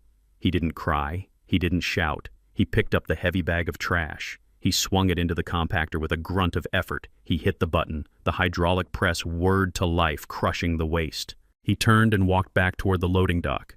He walked with his head up. He was dirty. He was exhausted. He was humiliated. But he was still standing. I watched it all from the security camera in my office. I zoomed in on his face as he walked back into the cold. There was something new in his eyes. It wasn't arrogance. It wasn't entitlement. It was resolve. He had passed the first test. He had refused to engage with the ghosts of his past. Now it was time for the final exam. I picked up my phone and called the general manager of the logistics division. "It is Cyrus," I said. "I want you to create a situation at Distribution Center 4. A temptation. I want to see if my son has truly learned the difference between price and value." The night shift at the icebox was usually a symphony of humming compressors and the beep of forklifts. But at 3 a.m. on a Tuesday, the warehouse fell into a heavy silence. Trey was stacking crates of premium Alaskan king crab near the loading bay door. His breath fogged in the freezing air. His fingers inside his gloves were numb, but his mind was sharp. He had been working here for 3 months now. He knew the rhythm of the place, and tonight the rhythm was off. Buck walked out of the supervisor's office. He wasn't wearing his safety vest. He was wearing a leather jacket, and he looked nervous. He looked around the floor, scanning for cameras, scanning for witnesses. He spotted Trey. He waved him over. Trey walked slowly. His boots crunched on the frost that coated the concrete. He didn't trust Buck. No one trusted Buck. But when the man who signs your timesheet calls you, you answer. Buck led him to the blind spot behind the generator room. It was the one place in the facility where the security cameras didn't reach. A black van was parked outside the emergency exit door, which was propped open with a brick. Buck turned to Trey. He lit a cigarette, the cherry glowing red in the dark. "You look tired, kid," Buck said. "You look like a man who is tired of sleeping in a car." "I am fine," Trey said, keeping his distance. "Don't lie to me." Buck laughed. "I know you are starving. I saw you eating the expired sandwiches from the break room vending machine. I know you owe money. Paige tells me everything. She says you are drowning."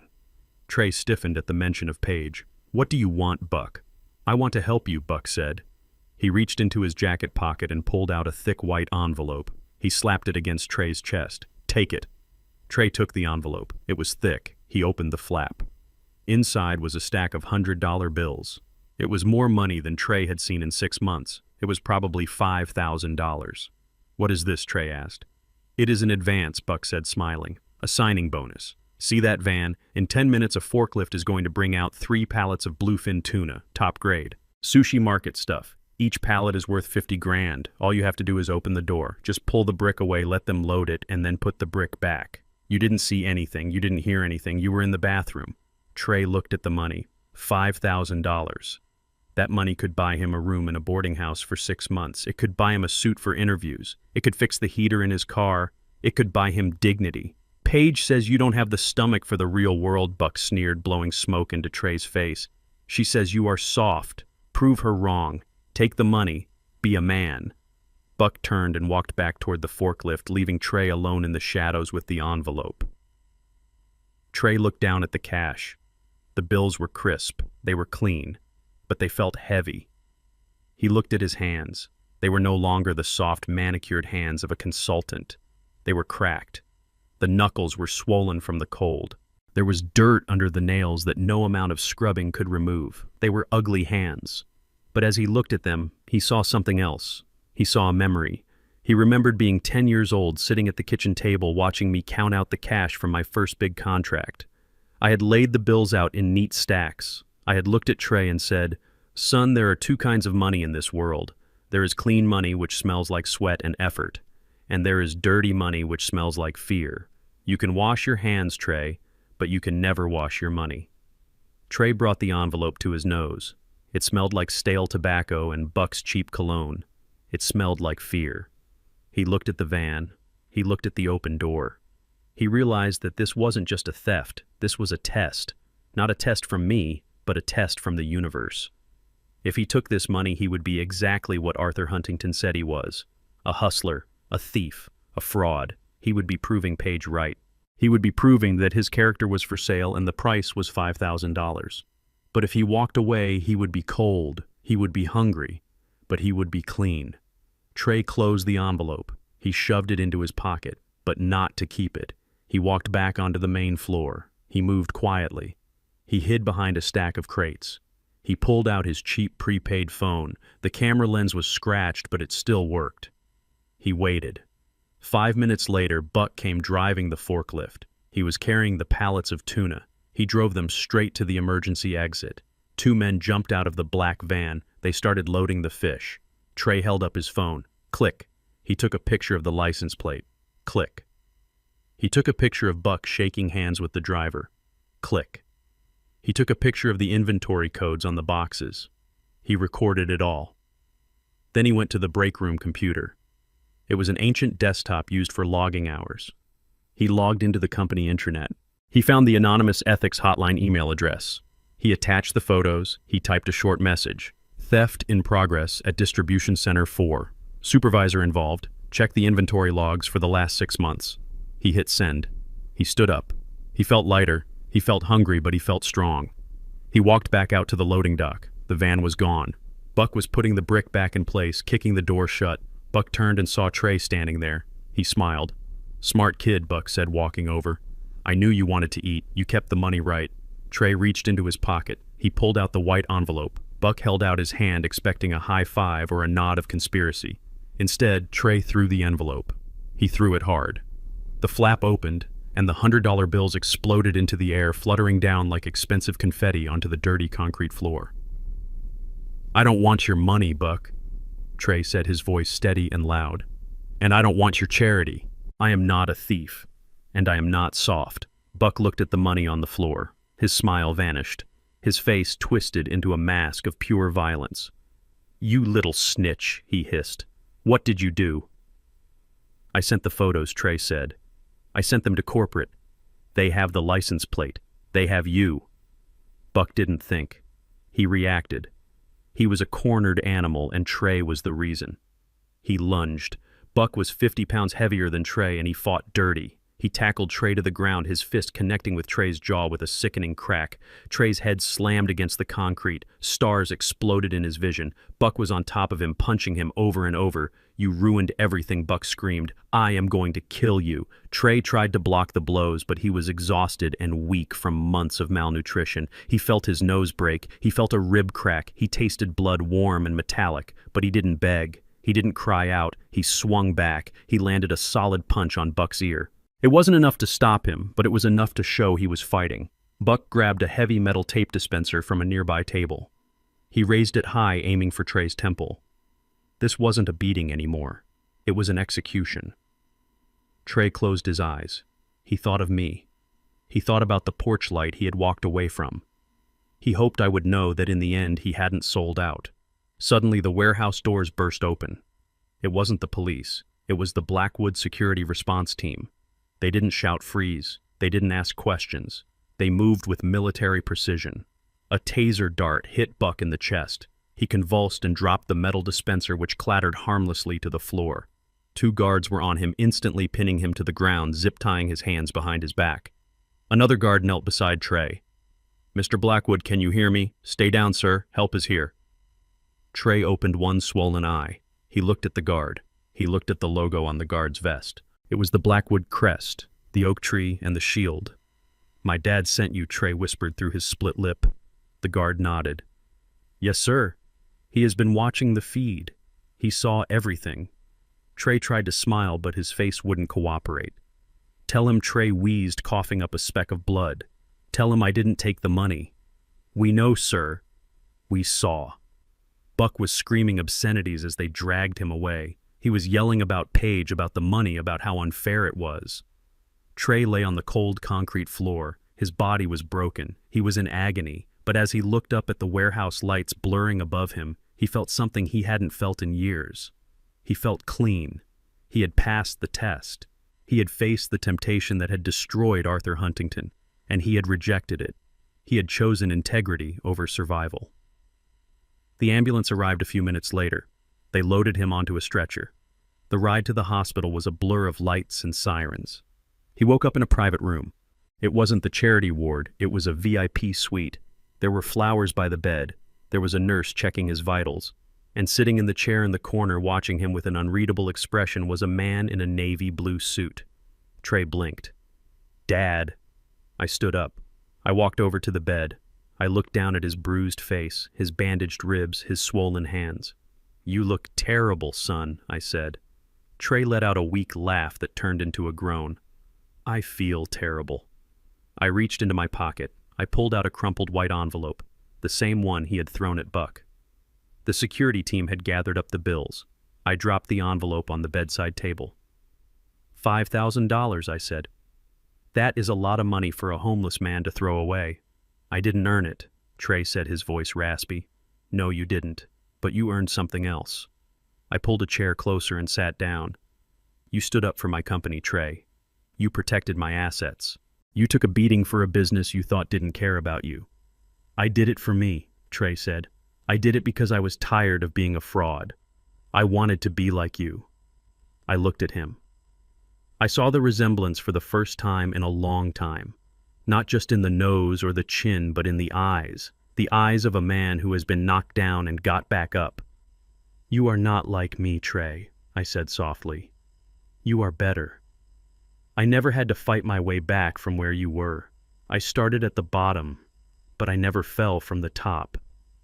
You did, and you climbed back up without a rope."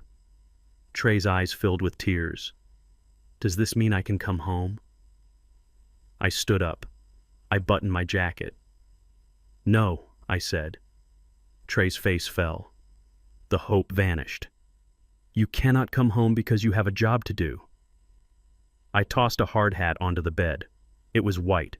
It said manager on the front. I am transferring you, Trey. We have a logistics hub in Anchorage, Alaska. It is the toughest facility in the network. The cold breaks machines and it breaks men. They need a manager who understands the floor, someone who knows what it is like to move boxes in the freezing dark. Alaska. Trey whispered. Yes. The pay is $45,000 a year. You pay your own rent. You buy your own food. You drive your own truck. Trey looked at the hard hat. He ran his damaged fingers over the brim. It is a job, he asked. A real job. It is a career, I corrected him. If you survive 2 years, if you turn that facility around, if you show me you can lead men like Buck without getting hit in the face, then we will talk about the corporate office. Then we will talk about the legacy. Trey looked up at me. He smiled. It was a crooked, painful smile, but it was real. When do I start? As soon as you can walk. The plane leaves Monday. I turned to leave. I reached the door and stopped. Trey. Yes, Dad. You fit the image, I said. I walked out of the room. I walked down the hospital corridor. I felt a lightness in my step I hadn't felt in years. I pulled out my phone and called Silas. Silas, it is Cyrus. Trey is going to Alaska. Excellent news, sir. And the Huntingtons. Arthur survived the heart attack. He is in recovery. Send him the final bill, Silas. Foreclose on the rest. I want them out of the city by the end of the month. And Paige. Paige is currently being investigated for receiving stolen goods thanks to her association with Buck. Let the police handle her. She is not our concern anymore. Understood, Cyrus. Anything else? Yes, Silas. Set up a new trust fund. Put the $500,000 I was going to give him for the wedding into it. Let it grow interest. For Trey, sir. No, Silas. For his children. Because if he keeps this up, he is going to be a father worth having. And I want to be a grandfather they can be proud of. I hung up. I walked out into the sunlight. The air was crisp. It was a good day for business. It was a good day for a gardener. I had pruned the rot. I had watered the roots. And now, finally, I could watch my garden grow. The summons came 3 days later. It was not a get well card. It was a formal email sent to the temporary account Trey had set up on a library computer. It was brief and cold. It stated that Trey Blackwood, employee number 7492, was required to report to the corporate headquarters of Blackwood Holdings at 9 a.m. sharp for a disciplinary hearing regarding the incident at the warehouse. Trey read the email on his cracked phone screen while sitting on the edge of his hospital bed. He was being discharged. His ribs were taped. His jaw was wired shut on one side, but he could speak if he was careful. His face was a map of bruises, ranging from purple to angry yellow. He knew what this meant. He was going to be fired. In the corporate world, you do not get a medal for getting into a fistfight on the loading dock, even if you were fighting a thief. You get a liability notice and a security escort out of the building. He had no clothes other than the blood-stained work shirt and jeans he had arrived in. The nurse, a kind woman who reminded him of Mrs. Gable at the bank, found him a set of scrubs and a donated windbreaker. He looked like a drifter. He looked like exactly what the Huntingtons said he was. He took the bus to the city center. He walked into the lobby of the Blackwood Tower. It was a glass and steel fortress that pierced the sky. He had walked past this building 1,000 times in his former life. He had even bragged to Paige that he knew people who worked here. He never knew that the man who built it was the same man who made him mow the lawn on Saturdays. The security guard at the front desk looked at Trey's battered face and the cheap windbreaker. "Can I help you, sir?" the guard asked, his hand hovering near his radio. "I have a meeting." Trey mumbled, his jaw aching. "With the CEO." The guard looked skeptical. He asked for Trey's name. He typed it into the system. His eyebrows shot up. "Go right up, sir. Top floor. They are expecting you."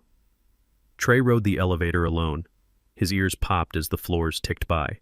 10, 20, 40, 60. The doors opened onto a reception area that smelled of leather and money. A severe woman with glasses looked up from her desk. "Mr. Blackwood," she said. "He is waiting for you." She pointed to the double doors at the end of the hall. Trey walked toward them. He felt small. He felt dirty. He felt like the imposter he had been for so long. He pushed the doors open. The office was massive. It had a panoramic view of the city. The furniture was mahogany and dark leather. In the center of the room, behind a desk the size of a small car, sat a high-backed chair. The chair was turned toward the window facing away from the door. Trey stood in the middle of the plush carpet. He held his cheap windbreaker closed with one hand. "Sir," he said, his voice raspy, "I am here for the hearing." The chair did not move. A voice came from behind it, a voice Trey knew better than his own heartbeat. "I have the incident report here," the voice said. "It says you engaged in physical combat with a supervisor. It says you destroyed company property.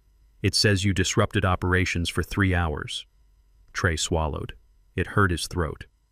"Yes, sir," the voice continued. "It also says that 10 minutes before the fight you were offered a bribe, $5,000 cash to look the other way. Yes, sir. Why didn't you take it?" Trey looked at the back of the chair. He looked at his own hands, battered and scarred. "I needed the money," Trey said, honest and raw. "I needed it more than I have ever needed anything. I was hungry. I was cold. $5,000 would have fixed my car.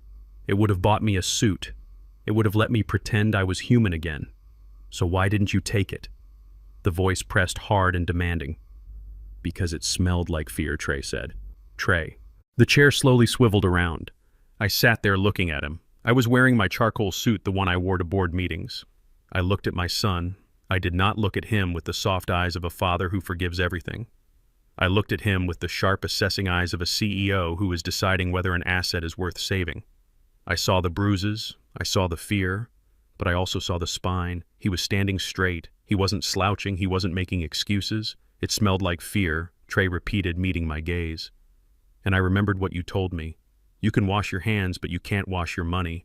I didn't want to be a fraud anymore, Dad. I didn't want to be the kind of man who sells his honor for $5,000.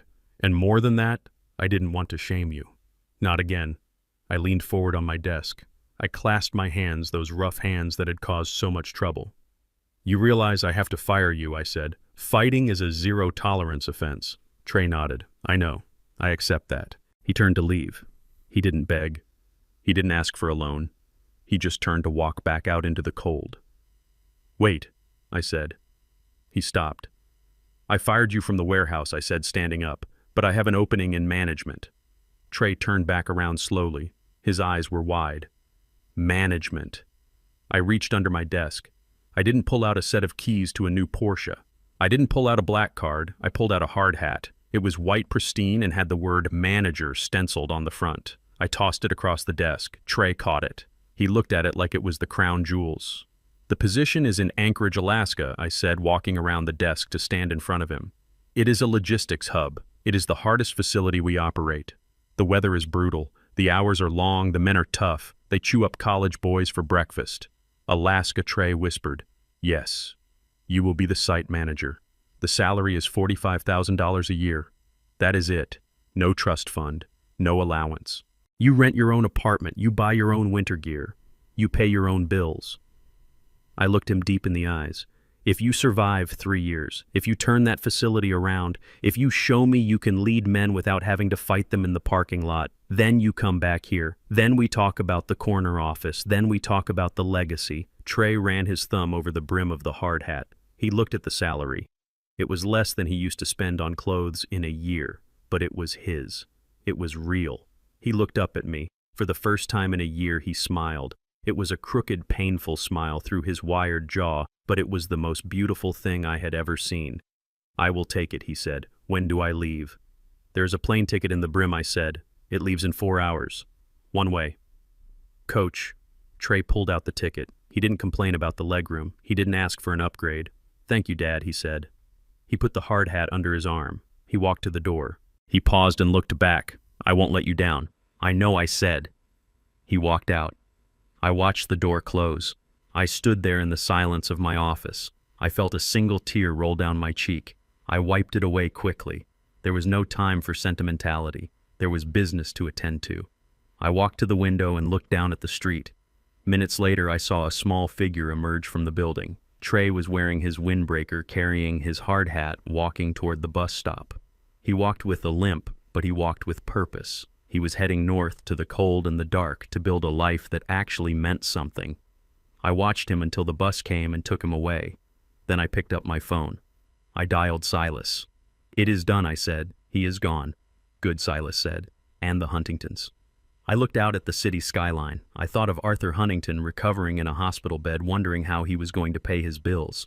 I thought of Paige realizing that her beauty could not pay the rent. I thought of the way they had looked at me, the way they had looked at my son. "Finish it," I said, my voice cold as the Alaskan winter. "Serve the final foreclosure notice on the Huntington estate. Seize the remaining assets of his construction firm. And Silas, ensure that the eviction notice for Paige's parents is served publicly. I want the neighbors to see." "Understood, Cyrus. Anything else?" "Yes. Send a donation to the local trade school in Trey's name. An anonymous one, enough to cover tuition for 10 kids who aren't afraid to get their hands dirty." I hung up the phone. I stood by the window for a long time, watching the city move below me. I was Cyrus Blackwood. I was a gardener. And I had finally cleared the weeds. My son was gone, but for the first time in his life, he was on the right path. I turned back to my desk. There was work to do. There is always work to do. If you enjoyed this story of justice and redemption, let me know in the comments.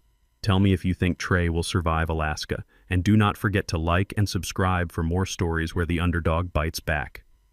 Until next time. This story serves as a powerful reminder that true legacy is not defined by bank accounts but by character. Trey's painful descent from a penthouse to a frozen loading dock proves that rock bottom is often the firmest foundation for rebuilding a life. We learn that real love isn't about shielding our children from reality, but equipping them to survive it with integrity.